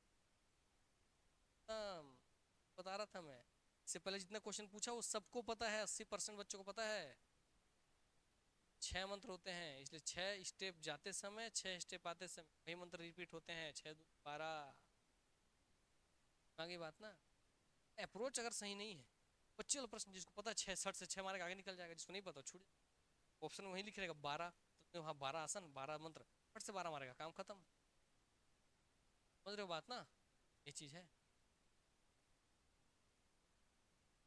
पढ़ने का अप्रोच सही होना चाहिए, सही तरीके से। देखिए आपको एक बात बता रहा हूँ मैं, आजकल संस्थाओं में बहुत ज़्यादा आपको देखने मिलेगा कि जहाँ बहुत टाइम पास हो रहा है ना टीचर और स्टूडेंट के बीच, अब भरपूर पढ़ाई हो रहा है, भरपूर लोग जा रहे हैं, भरपूर बैठ रहे हैं, भरपूर पढ़ रहे हैं, और वही रिजल्ट के समय फिर रोना हो रहा है। और जहाँ बहुत ज़्यादा प्रेशर है, ज़्यादा पढ़ाया जाता है ना, सही चीज़ पढ़ाया जाता है, वहाँ बच्चे डर में नहीं बैठना पसंद, लोगों को ज़्यादा ज्ञान जब नहीं होता, देखो घी आ रहा बात ना, इसलिए बच्चे देखेंगे, आप देखें अब आप अपनी संख्या देखिए, दिख रहा है ना, दैट्स व्हाई फ्री क्लास पढ़ा रहा हूँ, आपको मेरे पढ़ाने से कभी नहीं दिखाओगे, फ्री तरीके से पढ़ा रहा हूँ, कि एक बार टाइम पास हो रहा है यहाँ पर, एक बार बोलेगा कि आप कुछ ऐसा जो नया नहीं सीख रहे हैं, तो लोग गलत अप्रोच में पढ़ रहे हैं, आएगा ही नहीं फीलिंग, कि हम फील ही नहीं करते कि हम फ्री पढ़ा रहे हैं, हम रिजल्ट के लिए पढ़ाते हैं। और आपको पता है जैसे आप आज बैठे हैं, ऐसे ही महिला परीक्षा का जब हम फ्री पढ़ाए थे एग्जाम से पहले, 50 महिलाएं आके यहाँ बैठी, जिसमें 27 लोगों को सेलेक्ट, 50 में 27 इकलौता केल्ला, जाके आप निकाल लीजिए रिजल्ट, अभी आपको किसी संस्था में नहीं होता। इसलिए आज भी जब आप देखेंगे महिलाओं में फैन फॉलोइंग ज़्यादा अर्जुना क्लासेस की, कैसे पता चलेगा? यूट्यूब रिकॉर्ड सही बताता है, कमेंट बॉक्स पढ़िए, महिलाओं का आपको मैसेज ज़्यादा मिलेगा यूट्यूब, मेल से ज़्यादा फीमेल का रिजल्ट हुआ है, विश्वास जुड़ गया, यही मैटर। इसलिए भैया आप भी हमेशा रखिएगा, जिसपे आपको लग रहा है यार बहुत भारी पड़ रहा है, बहुत बोझल हो गया, बहुत आप सही जगह है ना। अग्नि पथ पे चल के ही दिल हासिल होगा, कुल के पथ तो मूर्खों चलते जाओ। ये दलदल नरम होता है ना, दलदल नरम होता कि नहीं होता है? नहीं होता, नरम होता है, कठोर होता है दलदल। जमीन होती है कठोर, इसमें आप डूब के मर जाते हैं। तो जो नरम लग रहा है, सॉफ्ट लग रहा है, सौम्य लग रहा है, मजा आ रहा है, आनंद आ रहा है, पहले डूब के मरोगे उसमें। अधिकांश बेरोजगारी यहाँ पे छत्तीसगढ़ में छाई हुई है। हालांकि हमारे काका लोग बोल देते हैं छत्तीसगढ़ में सबसे कम बेरोजगार है, ऐसे लिखवा देते हैं ना बोर्ड पे, तो वाली बात है। यही है। तो आसन जितना लिखा है ये वज्रासन आ गया आपका। इसी सब क्वेश्चन पूछेगा ना, याद रखना सब। वज्र का सीधा साधा अर्थ है बहुत अधिक सख्त, यही पूछ लेगा आपसे, बोले जो आपको बता रहा हूँ एग्जैक्टली वही पूछेगा। वज्रासन में वज्र से तात्पर्य क्या है, तो क्या बोलेंगे? बहुत अधिक सख्त। चार ऑप्शन देगा आप लोग, वज्र मतलब लोहा आयरन ऐसा सोचते रहेंगे, कोई खोजते रहेगा एग्जाम में, लिखे रहेगा बहुत अधिक सख्त, है ना। तो ये आपका ऑप्शन क्या जाएगा? इसलिए बता रहा हूँ भैया, जो मटेरियल मिल रहा है वैसे ही पढ़ के जाना चुपचाप। सिंहासन का वर्णन दिखाया गया है, उसके फायदा बताया। कौन सी थायराइड की ठीक करने के लिए कौन सा आपका आसन होता है, तो सिंहासन है, सब आप बताएंगे इसको, इसलिए पढ़िएगा। जितने इसमें इस पीडीएफ को पढ़ लीजिए, योगासन क्वेश्चन कभी बाहर नहीं जाएगा। और एक बार और बता दे रहा हूँ, वैकेंसी छत्तीसगढ़ में हॉस्टल की खाली है कितनी बताइए? पहले बताया हूँ कितनी वैकेंसी खाली है, 900। कितनी वैकेंसी खाली है? 900। वो कितने में वैकेंसी रही है अभी? 300।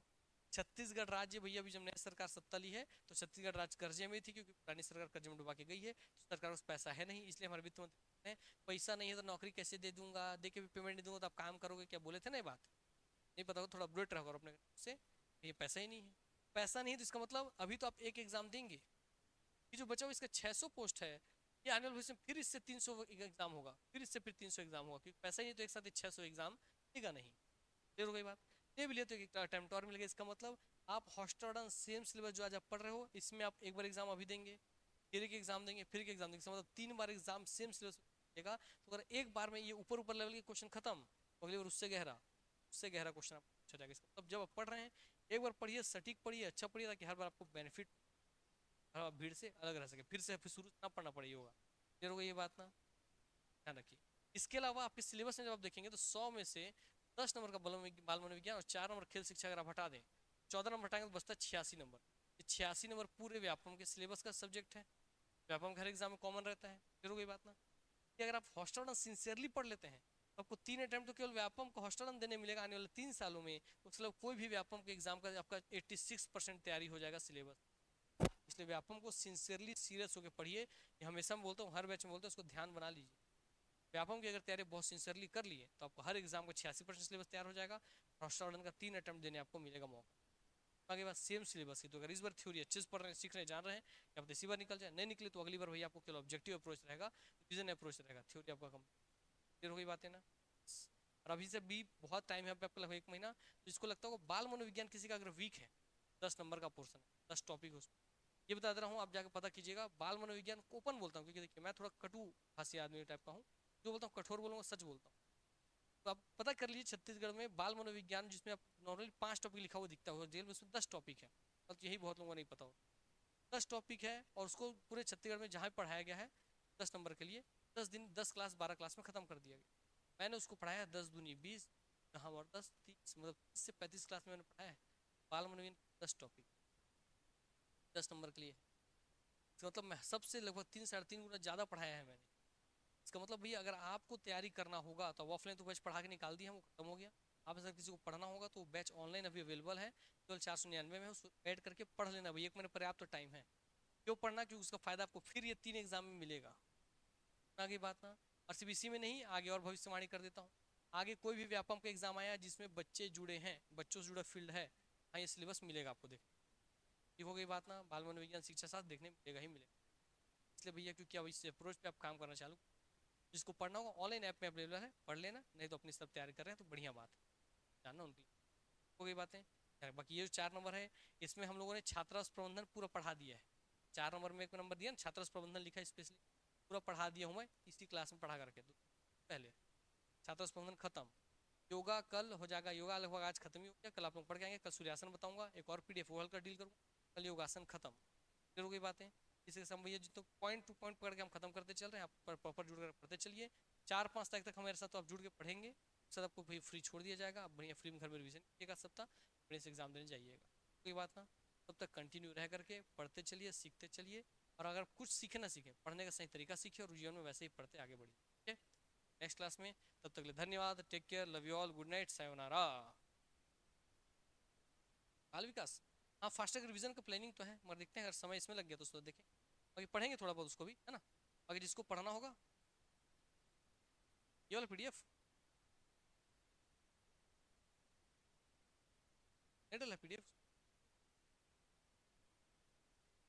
अच्छा कौन से वाले व्हाट्सएप ग्रुप में आप लोग जुड़े हैं जिसमें 1000 लोग हैं क्या, ये वाले में ना, चलो डाल देते हैं फिर से रीसेंड कर देते हैं, ठीक है।